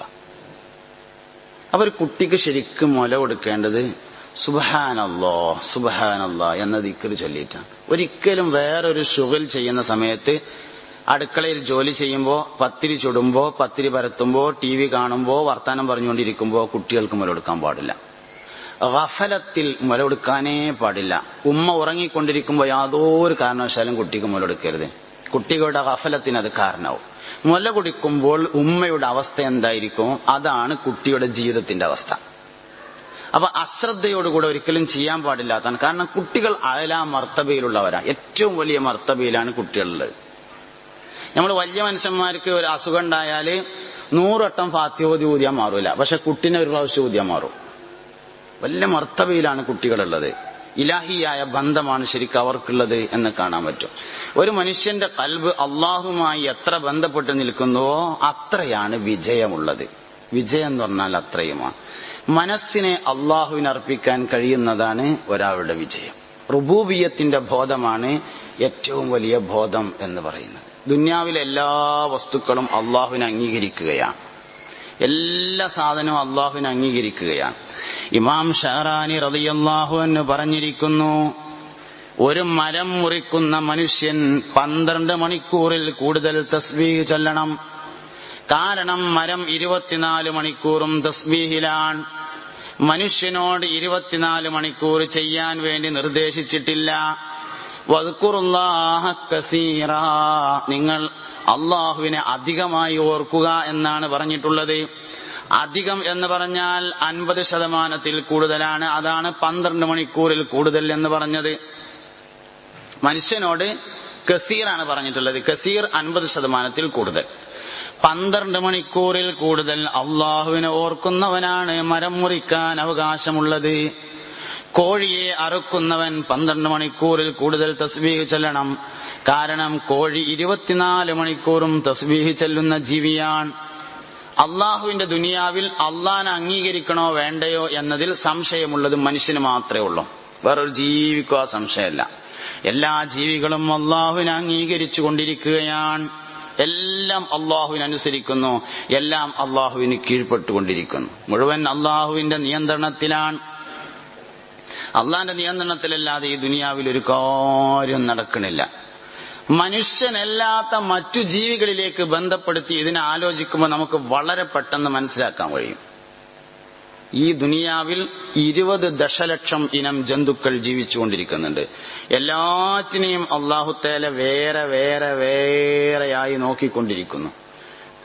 എല്ലാറ്റിനെയും വേറെയാണ് നോക്കുന്നത്. ഒരു മനുഷ്യന് അല്ലാഹ് എന്ന് ഓർമ്മ വന്നാൽ രക്ഷപ്പെട്ടു. പരിശുദ്ധമായ ഇസ്ലാമിന്റെ അടിസ്ഥാന ആശയമാണ് അല്ലാഹ് എന്നത്. ആദം നബി അലൈഹിസ്സലാം മുതൽ ഇങ്ങോട്ടുള്ള എല്ലാ അമ്പിയാക്കളും പറഞ്ഞത് അല്ലാഹ്, ലാ ഇലാഹ ഇല്ലല്ലാഹ് എന്നാണ്. അഫ്ളലു മാ ഖുൽതു അന വന്നബിയ്യൂന മിൻ ഖബ്ലി ഖൗലു ലാ ഇലാഹ ഇല്ലല്ലാഹ് ശഫീഉനാ റസൂലുള്ളാഹി. ഞാനും എനിക്ക് കഴിഞ്ഞുപോയ മുഴുവൻ അമ്പിയാക്കളും പറഞ്ഞ വാചകം ലാ ഇലാഹ ഇല്ലല്ലാഹ് എന്ന വചനമാകുന്നു.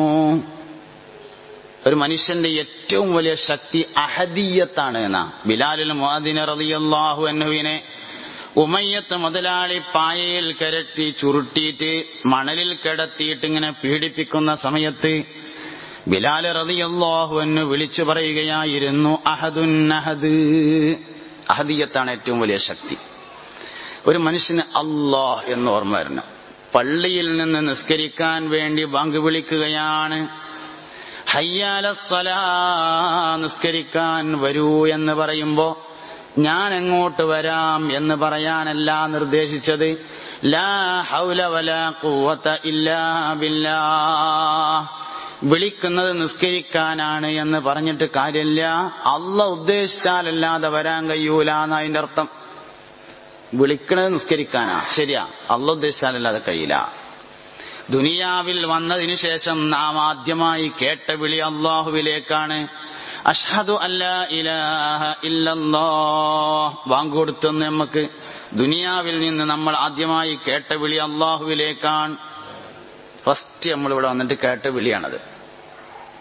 അതിലെങ്ങനെ ജീവിക്കാൻ നമുക്ക് കഴിയണം.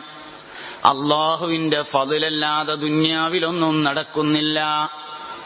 പള്ളിയിൽ നിന്ന് നമ്മൾ നിസ്കരിച്ച് പുറത്തേക്ക് വരികയാണ്. എന്നാൽ ചൊല്ലാൻ വേണ്ടി അവിടെ എഴുതി വെച്ചിട്ടുള്ള ഒരു ദിക്റുണ്ട്, അല്ലാഹുമ്മ ഇന്നി അസ്അലുക മിൻ ഫളിക. അല്ലാഹുവേ, നിന്റെ ഔദാര്യം എനിക്ക് നീ നൽകണമേ.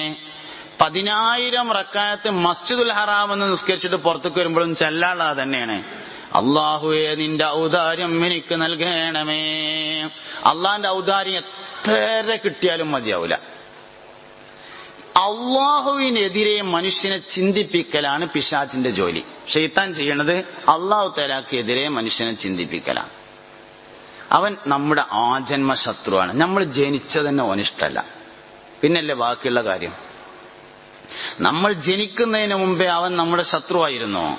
ഓരോ കാര്യത്തിലും അവൻ നമുക്കെതിരാണ്. ഖുൽ അഊദു ബിറബ്ബിന്നാസി മലിക്കിന്നാസി ഇലാഹിന്നാസ് മിൻ ശർരിൽ വസ്വാസിൽ ഖന്നാസ് അല്ലദീ യുവസ്വിസു ഫീ സുദൂരിന്നാസ് മിനൽ ജിന്നത്തി വന്നാസ്. ശൈത്താൻ പണി ജിന്നത്തിലും നാസിലുണ്ട്. ഇതിന്റെ തഫ്സീറിൽ കാണാം, മനുഷ്യനിലെ ശൈത്താൻ, ജിന്നുകളിലെ ശൈത്താൻ. ശൈത്താൻ രണ്ട് വിഭാഗത്തിൽ പെടും. ഒന്ന്, മനുഷ്യ വിഭാഗത്തിൽ ഒരു ശൈത്താൻ ഉണ്ട്. മനുഷ്യനെ സ്വീപ്പാക്കണവന്റെ പേര് ശൈത്താൻ തന്നെയാണ്. ഓനെ ശൈത്താന്ന് വിളിക്കാം, അടി കിട്ടണത് നോക്കിയാൽ മതി എന്ന് മാത്രം. സംഗതി ഓൻ ശൈത്താൻ തന്നെ. ജിന്നുകളിൽ സ്വീപ്പാക്കുന്ന ഒരു വിഭാഗമുണ്ട്, ഓല പേരും ശൈത്താൻ തന്നെയാണ്. അത് പിന്നെ പെട്ടെന്ന് അടി കിട്ടൂല, കിട്ടണത് നമ്മൾ അറിയില്ല എന്നുള്ളതാണ്. അടിയൊക്കെ കിട്ടും, കിട്ടണത് നമ്മൾ അറിയില്ല. ഇതാണ് ഒരു വിശദീകരണം. രണ്ടാമത്തെ വിശദീകരണം, ശൈത്താൻ എന്ന് പറയുന്നത് ജിന്ന് വർഗം തന്നെയാണ്. ചില ശൈത്താന്മാരെ പണി ജിന്നുകൾക്കിടയിലാണ്, ചിലരെ പണി ഇൻസുകൾക്കിടയിലാണ്. അപ്പൊ വർഗം ഒന്ന് തന്നെയാണ്. മിനൽ ജിന്നത്തി എന്ന് പറഞ്ഞാൽ ജിന്നുകളെ സ്വീപ്പാക്കുന്ന ശൈത്താന്മാര്, വർഗം ജിന്ന് തന്നെയാണ്. വന്നാസ് എന്ന് പറഞ്ഞത് മനുഷ്യനെ സ്വീപ്പാക്കുന്ന ശൈത്താന്മാര്, വർഗം ജിന്ന് തന്നെയാണ്. ഇതാണ് ശരിയായ അഭിപ്രായം. ഇബ്ലീസും മക്കളും വേറെയാണ്. ജിന്നുകള് നന്നാവാനും കേടുവരാനും സാധ്യതയുണ്ട്. കേടുവരാൻ സാധ്യത കൂടുതലും, നന്നാവാൻ സാധ്യത കുറവാണ്. മനുഷ്യന്മാര് കേടുവരാനും നന്നാവാനും സാധ്യതയുണ്ട്. നന്നാവാൻ സാധ്യത കൂടുതലും, കേടുവരാൻ സാധ്യത കുറവാണ്. ഇതാണ് വ്യത്യാസം. ജിന്ന് വർഗം തന്നെയാണ് ഇബ്ലീസ് ലഅനത്തുല്ലാഹി അലൈഹി. ലഅനത്തുല്ലാഹി അലൈഹി പറഞ്ഞോളൂ, ഇബ്ലീസിനെ കുറ്റം പറഞ്ഞത് ഓനിഷ്ടാണ്. അത് ഇബ്ലീസിന്റെ ഒരു പ്രത്യേകതയാണ്. എന്നാൽ ഇന്നെ പറ്റി പറടാ അങ്ങനെ പ്രിപ്പയർഡാണ്, സജീവമാണ് ഇബ്ലീസ് ലഅനത്തുല്ലാഹി അലൈഹി. സജീവാണ്. അവൻ എപ്പോഴും നിരന്തരം വർക്ക് ചെയ്തുകൊണ്ടിരിക്കുകയാണ്. ഒരാളെ സ്വീപ്പാക്കാന് രാത്രി 2:30 മണിക്ക് ചെന്നാലേ പറ്റുള്ളൂ. പോയി ഉറക്കത്തിൽ നിന്ന് എങ്ങനെ പോകുക എന്നൊരിക്കലും ശൈത്താൻ തീരുമാനിക്കൂല. ഓൻ 2:30 വരും. 1000 പ്രാവശ്യം ഒരാളോട് പറഞ്ഞിട്ട് നടക്കണില്ല, ഇനിയിപ്പോ എന്താ 1001 പ്രാവശ്യം പറയാൻ പോകണമെന്ന് ശൈത്താൻ തീരുമാനിക്കൂല. 1001 വീണ്ടും പറയും, 10,001 പ്രാവശ്യം പറയും. യാതൊരു മടിയില്ല, സജീവമാണ്, ഭയങ്കര സജീവമാണ്. എന്തിലും ഇടപെടും. എന്നും വൈകുന്നേരം ഇബ്ലീസ് മക്കളൊരു മീറ്റിംഗ് വിളിക്കുന്ന ലഅനത്തുല്ലാഹി അലൈഹി, മക്കളൊരു മീറ്റിംഗ് വിളിക്കും. ഞാൻ മറന്നാലും നിങ്ങൾ മറക്കരുത്. ഒരു മീറ്റിംഗ് വിളിച്ചിട്ട് കുട്ടികളോട് ചോദിക്കും, കുട്ടികളെ ഇന്നിപ്പോ നിങ്ങൾ എവിടേക്കൊക്കെ പോയതെന്ന് ചോദിക്കും. അപ്പൊ ഓരോരുത്തർ പറയും, ഞാനിപ്പോ പിന്നെ സൗദി അറേബ്യ പോയി. ആ സാലിം ഫൈസി എന്ന് പറഞ്ഞ ഒരാള് ശൈത്താനെ പറ്റി വാഴ്ന്നു തരാൻ വേണ്ടി വന്നിരുന്നു, ഞാൻ മൂപ്പരെടുത്ത് പോയി. അതുകൊണ്ടൊന്നും കാര്യമില്ല. വേറെ ബിസിനസ്സുകാരനെ സ്വീപ്പാക്കി. അപ്പൊ ഒരു മകൻ പറയും, അതൊന്നൊരു ആയിരട. അങ്ങനെ പറഞ്ഞിങ്ങനെ ഇരിക്കുമ്പോ ഒരു ശൈത്താൻ പറയും, ഒരു ഇബ്ലീസിന്റെ ഒരു മകൻ പറയും ലഅനത്തുല്ലാഹി അലൈഹി, പിന്നെ ഞാൻ ഇന്ന് പോയത് ഒരു പുതിയണ്ടിന്റെ ഒരു പുതിയാപ്പളിന്റെ അടുത്തേക്കാണ്. ഓലങ്ങോട്ട് തമ്മ് തെറ്റിച്ചിങ്ങാണ്ട് പോന്നു എന്ന് പറയുമ്പോ കസാലേന്ന് ഇങ്ങോട്ട് നീച്ചിട്ട് പറയും, അങ്ങനെ പറയട, വാപ്പാന്റെ കുട്ടികളാവുമ്പോ അങ്ങനെ വേണം. ശൈത്താന് ഏറ്റവും ഇഷ്ടപ്പെട്ട പരിപാടി കുടുംബം തെറ്റിക്കലാണ്. ഇബ്ലീസിന് ഏറ്റവും ഇഷ്ടപ്പെട്ട പരിപാടി കുടുംബം തെറ്റിക്കലാണ്. ഒരു കുടുംബം കൊളായി എന്ന് പറഞ്ഞാൽ മൂപ്പർക്ക് വലിയ സന്തോഷമായി. കസാലേന്ന് ഇങ്ങോട്ട് ചാടും നീച്ചിട്ട് കൈയൊടുക്കും. അതുകൊണ്ട് നല്ലോണം സൂക്ഷിക്കേണ്ടത് കുടുംബം കൊളാകുന്ന വിഷയമാണ്. ശൈത്താൻ ഏറ്റവും കൂടുതലായി ഇടപെടുക ആ വിഷയത്തിലാണ്. മൂപ്പർക്ക് വളരെ ഇഷ്ടപ്പെട്ട താല്പര്യമുള്ള കാര്യം അതാണ്. അതിനെന്തെങ്കിലും നിസ്സാര കാര്യം മതിയാവും, അതുകൊണ്ട് വലുതാക്കിയിട്ട് മൂപ്പര് തമ്മിൽ തെറ്റിച്ചു തരും. ഇങ്ങനെ സജീവമായി ഇടപെടുന്നു. അല്ലാഹു തആലാക്ക് നേരെ എതിരിൽ പ്രവർത്തിക്കുക എന്നുള്ളതാണ് ശൈത്താന്റെ പദ്ധതി. എന്തൊക്കെ അല്ലാഹു തആലാന്റെ പരിപാടി ഉണ്ടോ അതിനെല്ലാം എതിരിൽ പ്രവർത്തിക്കും. ഇലാഹ് അല്ലാഹു കമാലിയത്തിന് വേണ്ടി പ്രവർത്തിക്കുന്നു, ശൈത്താൻ ചുരുക്കത്തിന് വേണ്ടി പ്രവർത്തിക്കുന്നു. ഒരു സംഗതി തുടങ്ങി വെച്ചൊരു പരിപാടി മുഴുവനാണെങ്കിൽ ശൈത്താൻ ഇടപെട്ടു എന്ന് മനസ്സിലാക്കാം. പഴയകാലത്ത് അമ്മാമാര് പറയലുണ്ടല്ലോ, പെരപ്പണി തുടങ്ങിയാൽ പിന്നാണ്ട് അവസാനിപ്പിക്കണമെന്ന്. അത് ശരിയാണ്. എന്തുകൊണ്ട്? തുടങ്ങിയിട്ട് മുഴുവനാക്കാത്ത ഏത് കാര്യത്തിലും പിശാച് ഇടപെടുന്നു. താൽക്കാലിക വഖഫുണ്ട്, അവസാന വഖഫുണ്ട്. ഒരു താൽക്കാലിക വഖഫിങ്ങിൽ എത്തണം. ചുമരൊക്കെ കെട്ടിയിട്ട് ഇങ്ങനെ വാർക്കാതെ ഇങ്ങനെ നിൽക്കുകയാണെങ്കിൽ മനസ്സിലാവും. അല്ല, വാർപ്പൊക്കെ കഴിഞ്ഞിട്ടുള്ളൊരു വഖഫും വേണമെങ്കിൽ കുഴപ്പമില്ല. ചുരുക്കം എവിടെയുണ്ടോ അവിടെയൊക്കെ പിശാച്ചുണ്ട്. പഴയകാലത്ത് അമ്മാമാര് പറയലുണ്ട്, ഉമ്മരപ്പടിമ ഇരിക്കരുത് എന്ന്. ശരിയാണത്. അങ്ങോട്ടും ഇങ്ങോട്ടും അല്ലാത്ത സ്ഥലമാണ് ഉമ്മരപ്പടി. അത് ശൈത്താന്റെ മക്കാമ. ശൈത്താൻ അങ്ങോട്ടും ഇങ്ങോട്ടും അല്ല, ആണും അല്ല പെണ്ണും അല്ല. ഇബ്ലീസ് ആണും പെണ്ണും അല്ല. മക്കളങ്ങനെയല്ല കേട്ടോ. മക്കളിൽ ആണുങ്ങൾ വേറെയുണ്ട്, പെണ്ണുങ്ങൾ വേറെയുണ്ട്. മൂപ്പര് ആണും പെണ്ണും കൂടിയ സാധനമാണ്. വഴിയിലിരിക്കരുത് എന്ന് പറയലുണ്ട്, അത് അങ്ങോട്ടും ഇങ്ങോട്ടും അല്ലാത്ത സ്ഥലമാണ്. രണ്ടു തോണിയിൽ കാലിടരുത് എന്ന് പറയലുണ്ട്, അങ്ങോട്ടും ഇങ്ങോട്ടും അല്ലാത്ത സ്ഥലമാണ്. ഇതൊക്കെ ശൈത്താൻ. വെയിലും നിഴലും ഒരുമിച്ച് കൂടുന്ന സ്ഥലത്ത് ഇരിക്കാൻ പാടില്ല. നമ്മൾ ചില പന്തലൊക്കെ ചെന്നാൽ ഓട്ടവെയിൽ വരും, അവിടെ ഇരിക്കരുത്, അത് ശൈത്താന്റെ മക്കാമാണ്. ഒന്നുകിൽ വെയിലത്ത് നിൽക്കണം, അല്ലെങ്കിൽ തണുപ്പത്ത് നിൽക്കണം. അങ്ങോട്ടും ഇങ്ങോട്ടും അല്ലാതെ ഒരു സ്ഥലത്തും നിൽക്കാൻ പാടില്ല. ഒരു സദസ്സിലാണെങ്കിൽ ചിലർ വൈക്ക തന്നെ നിൽക്കുന്നവരുണ്ടാവും. ജുമയ്ക്ക് എന്നാൽ വാതിൽക്ക തന്നെ ഒരു കാല് പുറത്തും ഒരു കാലം അകത്തും ചെയ്യാൻ പാടില്ല. അതൊക്കെ ശൈത്താന്റെ മക്കാമ. എവിടേക്കേലും ഒരു തൂൾക്ക് ഉറപ്പിക്കണം. അങ്ങോട്ടും ഇങ്ങോട്ടും അല്ല. ശൈത്താൻ പണി അങ്ങനെയാണ്, അവിടേക്കും ഇവിടേക്കും അല്ലാതെ നിൽക്കുക. ഇങ്ങനെ ശൈത്താൻ മനുഷ്യനെ ഇങ്ങനെ പിന്തുടർന്നുകൊണ്ടേയിരിക്കുന്നു. എല്ലാ വിഷയത്തിലും അവൻ ഇടപെടുന്നു. ഒരാള് ഒരു കുട്ടിയോട് ചോദിച്ചു, ഇപ്പൊ എന്തിനാ പഠിക്കാൻ പോകണമെന്ന് ചോദിച്ചാൽ പറഞ്ഞു, ഞാൻ ഡിഗ്രിക്ക് പോവുകയാണ്. ഒരാഴ്ച മുമ്പ് അവനോട് ചോദിച്ചപ്പോ പറഞ്ഞു, ഞാൻ കമ്പ്യൂട്ടർ ഒന്ന് ശരിയാക്കണം, അതിന് വേണ്ടി പോവുകയാണ്. ഇനി 2 ദിവസം കഴിഞ്ഞ് ചോദിച്ചാൽ പറഞ്ഞു, ഞാൻ ഒന്ന് ഡ്രൈവിംഗ് പഠിക്കാൻ വേണ്ടി പോവാണ്. അപ്പൊ അവന്റെ കമ്പ്യൂട്ടറും ശരിയായില്ല, അവന്റെ ഡിഗ്രിയും കംപ്ലീറ്റ് ആയില്ല. ഇനിയിപ്പോ ഡ്രൈവിംഗ് എന്തേലും ആവോ? അതും ആവൂല. ചുരുക്കം, സമ്പൂർണതയില്ല. ശൈത്താൻ ഇടപെടുകയാണ് ശരിക്കത്. സമ്പൂർണത ഏതിൽ ഇല്ലാതെയായോ അത് ശൈത്താൻ ഇടപെട്ടു എന്ന് മനസ്സിലാവും. വലിയ പെരയറ്റിയ ആൾക്കാർ ശ്രദ്ധിക്കണം, എല്ലാ റൂമും ഉപയോഗിക്കണം, അല്ലെങ്കിൽ ശൈത്താൻ ഉപയോഗിക്കും. വലിയ വീട് വെച്ചവർ ഒന്ന് പഠിച്ചതാന്, ഒന്ന് കുട്ടികൾക്ക് ഇരിക്കാൻ, ഒന്ന് വലിയവർക്ക് ഇരിക്കാൻ, ഒന്ന് ഭക്ഷണം കഴിക്കാൻ, ഒന്ന് ഡ്രസ്സ് ഇടാൻ, ഒന്ന് അലക്കിയിട്ട് കൊണ്ടുപോയിടാൻ, അടച്ചിടാനേ പാടില്ല. ശൈത്താൻ ഉപയോഗിക്കും. അത് നുക്സാനിയത്താണ്. ശരിക്കും അടച്ചിടുക എന്നുള്ളത് ആവശ്യമില്ലാത്ത വരുന്നത് നുക്സാനിയത്താണ്. നുക്സാനിയത്തിനെ പിശാച് ഉപയോഗപ്പെടുത്തും. ഇങ്ങനെ ചുരുക്കങ്ങൾ എവിടെ വരുന്നുണ്ടോ കമാലിയത്തിനെതിരെയുള്ള പ്രവർത്തനമാണ്. അള്ളാന്റെ എല്ലാ റോളും അഭിനയിക്കാൻ വേണ്ടി പിശാച് ശ്രമിക്കും. അള്ളാഹു തആലാന്റെ മുഴുവൻ റോളും അവൻ അഭിനയിക്കും. ഞാൻ നേരത്തെ പറഞ്ഞു, ഏറ്റവും പ്രധാനം ഇൻസൾട്ട് ചെയ്യിക്കലാണ്. അറിഞ്ഞും അറിയാതെയും അവൻ ചെയ്യിക്കും. തബറുക്കായ അസ്മാവുകളെ അസ്ഥാനത്ത് ഉപയോഗിക്കലാണ് ഇൻസൾട്ട് ചെയ്യുക എന്ന് പറഞ്ഞതിലെ പ്രധാനം. തബറുക്കായ അസ്മാകൾ അസ്ഥാനത്ത് ഉപയോഗിക്കുക. തബറുക്കായ അസ്മാ എന്ന് പറഞ്ഞാല് ബിസ്മില്ലാ, അൽഹംദുലില്ലാ, മാഷാ അല്ലാ, സുബ്ഹാനല്ലാ, ഇൻഷാ അല്ലാ തുടങ്ങിയ വാക്കുകൾ അസ്ഥാനത്ത് ഉപയോഗിക്കുക. അബ്ദുൽ ഗഫൂർ കല്യാണം പറഞ്ഞു, 28-ാം തീയതിയാണ് കല്യാണം. അന്ന് എന്തായാലും പോകാൻ കഴിയൂല എന്ന് ഉറപ്പാ. നമ്മളെന്താ പറയാ? ഇൻഷാ അല്ലാ ഞാൻ വരാം. ഇൻഷാ അല്ലാ എന്ന് പറഞ്ഞപ്പോഴാ എന്തായാലും കല്യാണത്തിന് പോകണമെന്ന് തീരുമാനിക്കുമ്പോൾ പറയാനുള്ള വാക്ക്, എന്തായാലും പോകാൻ കഴിയില്ല എന്ന് തോന്നിയാൽ നമ്മൾ പറയുന്നു. തബറുക്കായ ഇസ്മുകളെ അസ്ഥാനത്ത് ഉപയോഗിക്കുകയാണ്. ബിസ്മില്ല അങ്ങനെ ഉണ്ടാവും, മാഷാ അല്ലയും അങ്ങനെ ഉണ്ടാവും, സുബ്ഹാനല്ലയും അങ്ങനെ ഉണ്ടാവും. ബാങ്കിൽ പോയിട്ട് ലോണിന് അപേക്ഷ കൊടുത്തിട്ട് ലോണ് പാസ്സായി 25,000 റുപ്യ ഇങ്ങനെ ലോണ് പലിശ പൈസ ഇങ്ങനെ വാങ്ങുമ്പോ ഫോൺ എടുത്തിട്ട് വിളിക്കുകയാണ്, അൽഹംദുലില്ലാ കുഞ്ഞമ്മതെ കിട്ടിയടാ. അസ്ഥാനത്ത് ഉപയോഗിക്കുന്നതിന്റെ ഉദാഹരണം, നിങ്ങൾ ചിരിച്ചിട്ട് കാര്യമില്ല, നിങ്ങൾ ചിരിക്കാൻ വേണ്ടി ഞാൻ പറഞ്ഞിട്ടില്ല, നമ്മുടെ ജീവിതത്തിൽ ഇത് വരുന്നുണ്ടോ എന്ന് ആലോചിക്കാൻ വേണ്ടി പറഞ്ഞതാണ്. ഒന്നിനും കൊള്ളാത്തൊരു മനുഷ്യനെ കണ്ടാൽ നമ്മൾ ഓനെ ചെറ്റേന്ന് വിളിക്കും. ആരാ ചെറ്റ? ചെറ്റ എന്ന് പറഞ്ഞാൽ ചെറ്റക്കുടിലിൽ താമസിക്കുന്നവന്റെ പേരാണ്. ചെറ്റക്കുടിൽ എന്ന് പറഞ്ഞാൽ ചെറിയ വീടാകുന്നു. ലോകത്ത് വന്ന 99% അമ്പിയാക്കളും ഔലിയാക്കളും താമസിച്ചത് ചെറിയ വീടുകളിലാണ്. നല്ലവർക്ക് പറയേണ്ട പേര് ആകാത്തവർക്കാണ് നമ്മൾ പറയണത്. ഇങ്ങനെ ഒരുപാട് വാക്കുകൾ നമ്മൾ ഉപയോഗിച്ചുകൊണ്ടിരിക്കുന്നു.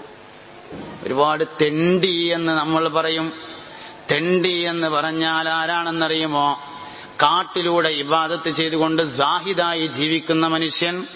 ഒരു മരത്തിൽ ഒരു പഴമുണ്ടായി, അത് പഴുത്ത് പാകമായതിനു ശേഷം മൂത്ത് അത് മരം വേണ്ട എന്ന് പറഞ്ഞ് താഴേക്കിടുമ്പോൾ അത് പെറുക്കി തിന്നുന്നവന്റെ പേരാണ് പെറുക്കി. ഏറ്റവും ഉന്നതമായ മക്കാമിലുള്ള മനുഷ്യന്റെ പേരാണ്. പക്ഷെ നമ്മളത് ഒന്നിനും പറ്റാത്തവനാണ് ഉപയോഗിക്കുന്നത്. അറിഞ്ഞുകൊണ്ടല്ല, അറിഞ്ഞുകൊണ്ടാന്ന് ഞാൻ പറഞ്ഞിട്ടില്ല, അറിയാതെയാണെന്ന് ഞാൻ സമ്മതിക്കുന്നു. പക്ഷെ നമ്മൾ ചെയ്യുന്നുണ്ടോന്ന് ആലോചിക്കണം.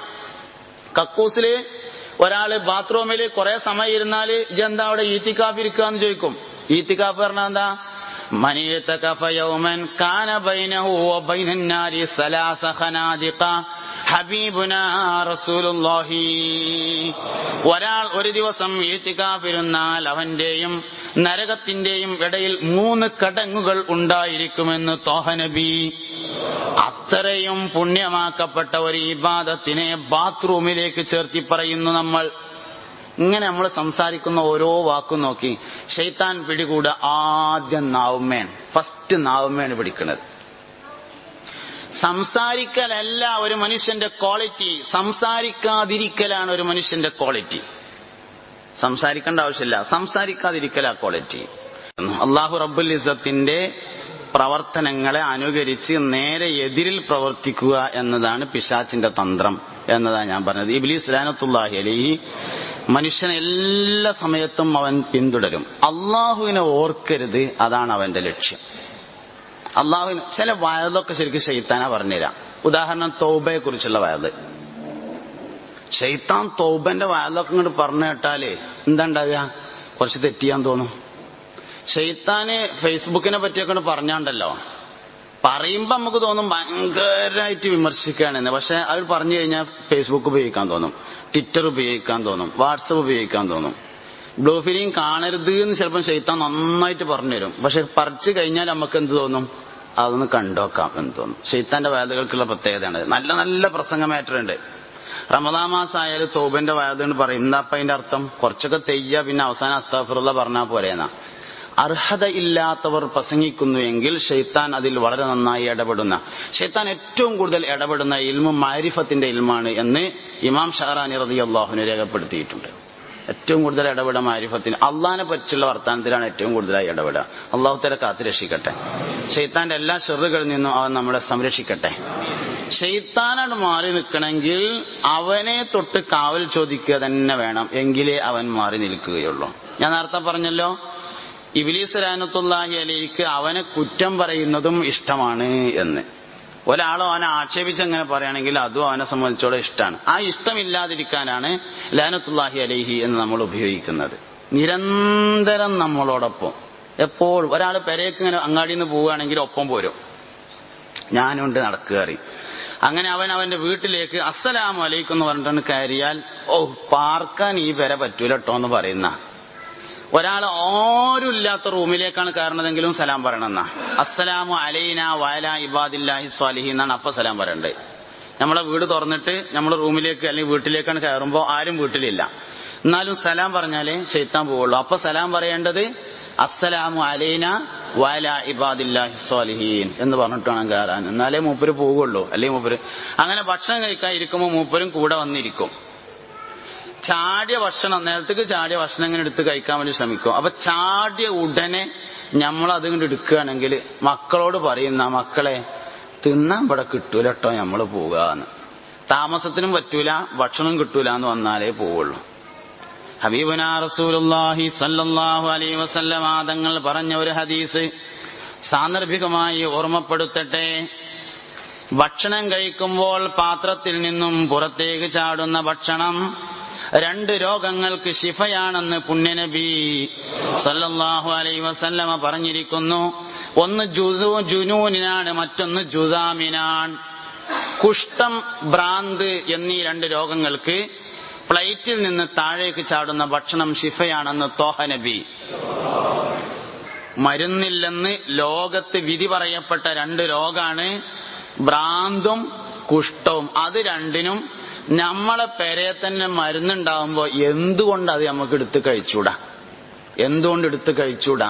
2 രോഗത്തിന്റെ മരുന്നാണ് ഭക്ഷണത്തളികയിൽ നിന്നും പുറത്തേക്ക് ചാടുന്നത്, ജുനൂന്, ജുദാമ്. അല്ലാഹു തആല അത്തരം രോഗങ്ങളെ തൊട്ട് നമ്മളെ മക്കളെയും കാത്തുരക്ഷിക്കട്ടെ. പലതും നമുക്ക് ശ്രദ്ധയില്ലാത്തതുകൊണ്ട് സംഭവിക്കുന്നതാണ്. നല്ലോണം സൂക്ഷിക്കണം ഇബ്ലീസിനെ. എത്ര സൂക്ഷിച്ചാലും മതിയാവില്ല. അവൻ നമ്മെ വിടാതെ പിന്തുടരും, എപ്പോഴും ഉണ്ടാവും. എല്ലാ സമയത്തും അവൻ നമ്മളെ വിടാതെ പിന്തുടർന്നുകൊണ്ടിരിക്കുന്നു.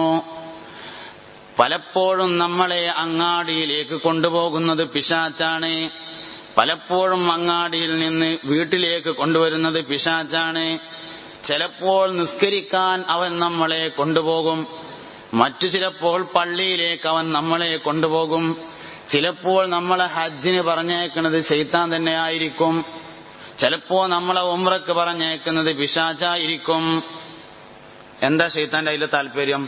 നമ്മൾ നിസ്കരിക്കാതിരിക്കലല്ല ശൈത്താൻ ഇഷ്ടം, നിസ്കരിച്ചിട്ട് അത് നമുക്ക് ഉപകാരം കിട്ടാതിരിക്കലാണ് ശൈത്താൻ ഇഷ്ടം.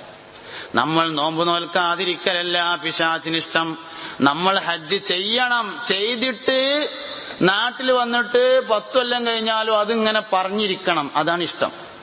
ഹാജിമാരടുത്ത് പിരിവിന്റെ സൈക്കോളജിയിൽ ഹാജിമാരടുത്ത് എന്നാലേ ഹജ്ജിനെ കുറിച്ച് പറയണമെന്നുണ്ട്. ആചാര്യടുത്ത് പിരിവിന് ചെന്നാല് ഹജ്ജിനെ പറ്റിയാണ് പറയാൻ തുടങ്ങിയാല് മൂപ്പരങ്ങോട്ട് കാട് കയറിയിട്ട് ഇന്ന് രാവിലെ അബൂജാലിന്റെ കക്കൂസിലെ പോയത് എന്ന് തോന്നും. ആ തോതിലുണ്ട് പറയും. 20 കൊല്ലം മുമ്പ് പോയത് ഈ കാര്യം മൂപ്പര്. എന്നാലും പറഞ്ഞു കേട്ടാൽ ഇന്ന് രാവിലെ മറക്കിരിക്കാൻ പോയത് അബൂജാലിന്റെ കക്കൂസിലാന്ന് തോന്നുന്നു. ആ തരത്തിൽ പറയും. അത്രയും ഓരിച്ചെടുക്കും.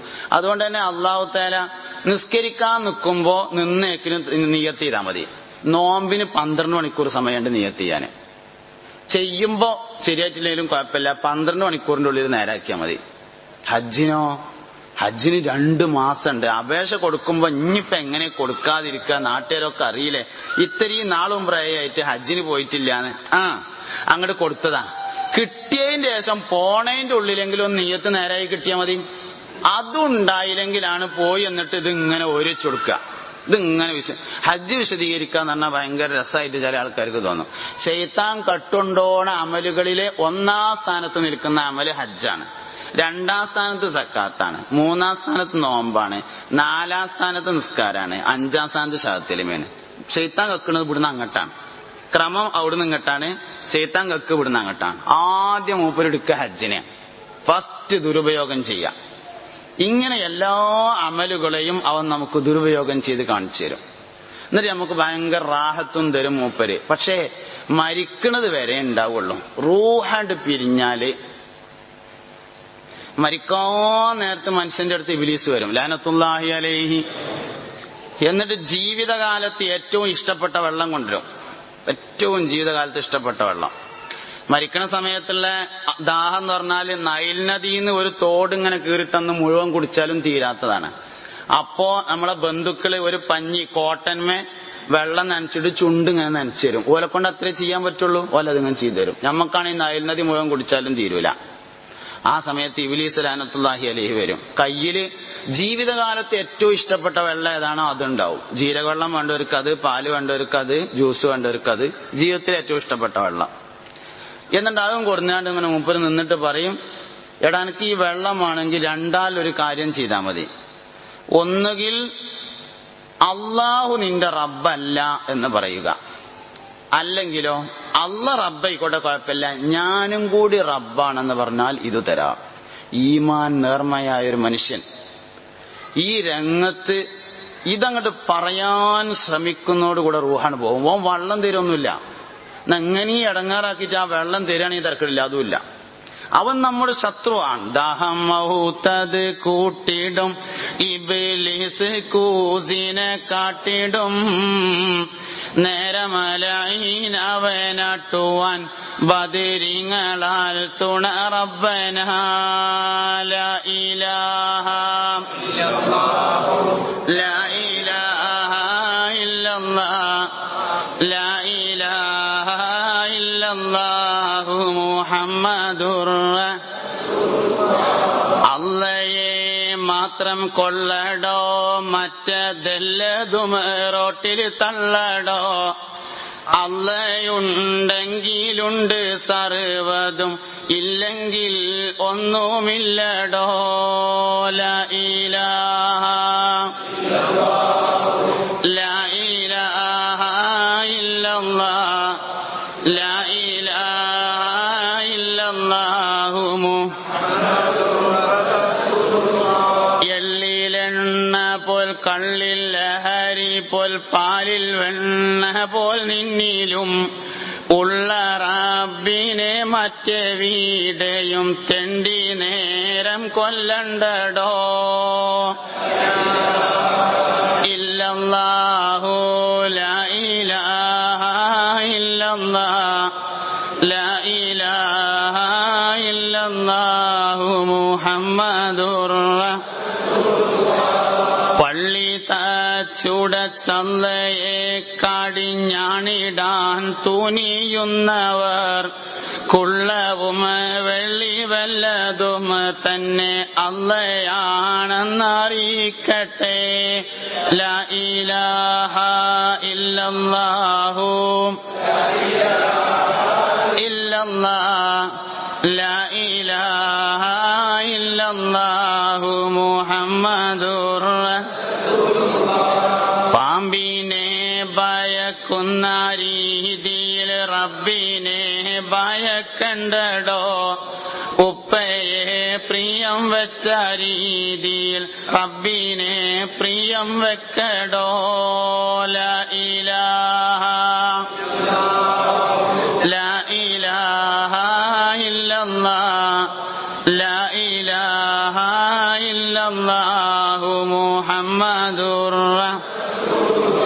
ഖുൽ ഹുവല്ലാഹു അഹദ് സ്വമദ് അവൻ ഫർദ് ലം യലിദ് അഹദവൻ ഖുൽ ഹുവല്ലാഹു അഹദ് സ്വമദ് അവൻ ഫർദ് ലം യലിദ് അഹദവൻ ലാ ഇലാഹ ഇല്ലല്ലാഹു ലാ ഇലാഹ ഇല്ലല്ലാഹ് ലാ ഇലാഹ ഇല്ലല്ലാഹു മുഹമ്മദു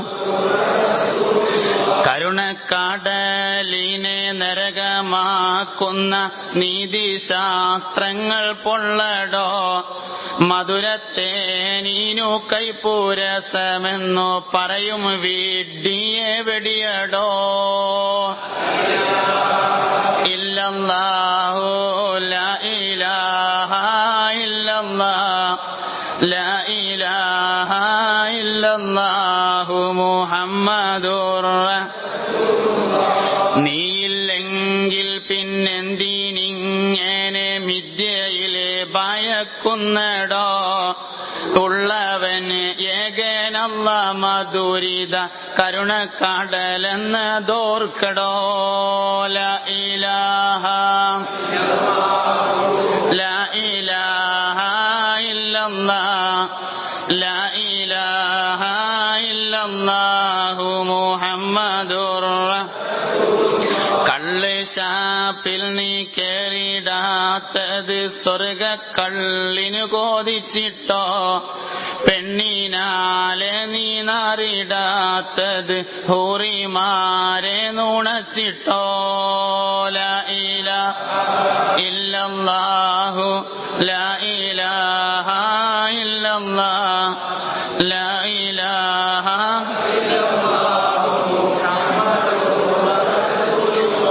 വിഡ്ഢികളുടെ സ്വർഗ സൗഖ്യങ്ങൾ പുല്ല് പോലെ നീ തള്ളടോ കള്ള് ശാപ്പല്ല വേശ്യത്തോപ്പല്ല സ്വർഗം അല്ല എന്നോർക്കടോ ഖുൽ ഹുവല്ലാഹു അഹദ് സ്വമദ ഫർദ് ലം യലിദ് അഹദവൻ ഖുൽ ഹുവല്ലാഹു അഹദ് സ്വമദ ഫർദ് ലം യലിദ് അഹദവൻ ലാ ഇലാഹ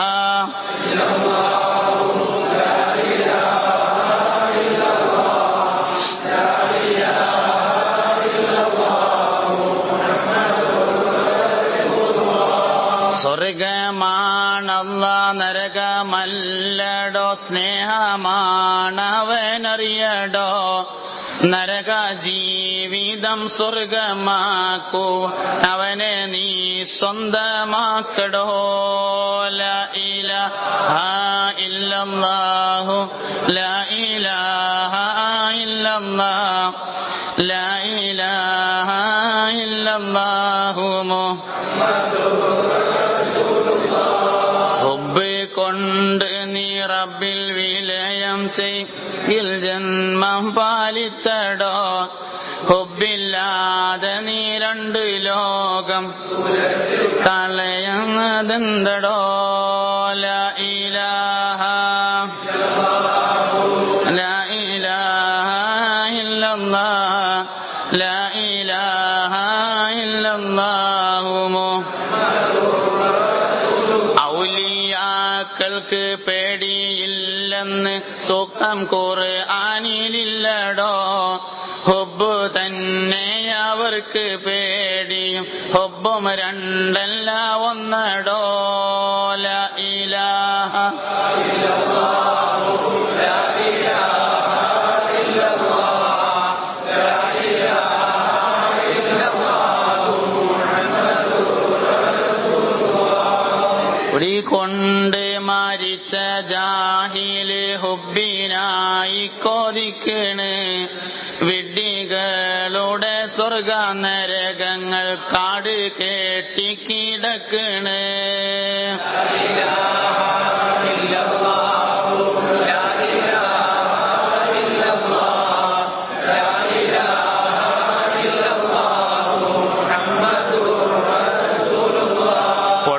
സത്യമിതല്ലതും വെള്ളം ചേർത്തതാ നീട്ടുന്നു. കള്ളും ചക്കര കള്ളും ഒന്നെന്ന കൊള്ളം വിശ്വസിക്കല്ലടോ.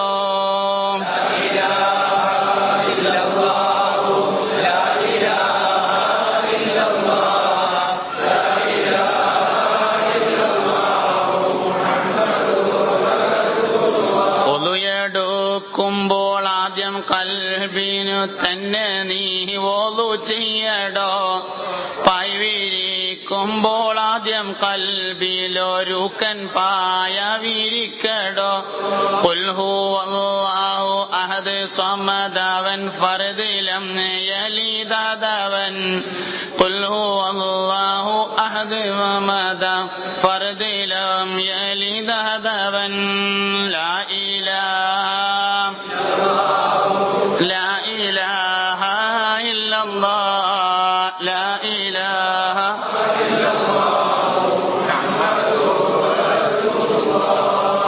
എല്ലാവരും ദുആ ചെയ്യുക. അല്ലാഹു നമ്മളെ കൂടുതലും പിരിയലും ഇഷ്ടപ്പെടുന്ന സാലിഹായ മലയെ ഖബൂലാക്കട്ടെ. അല്ലാഹു ഉസ്താദ് പറയും. അസ്സലാമു അലൈക്കും വറഹ്മത്തുള്ളാഹി.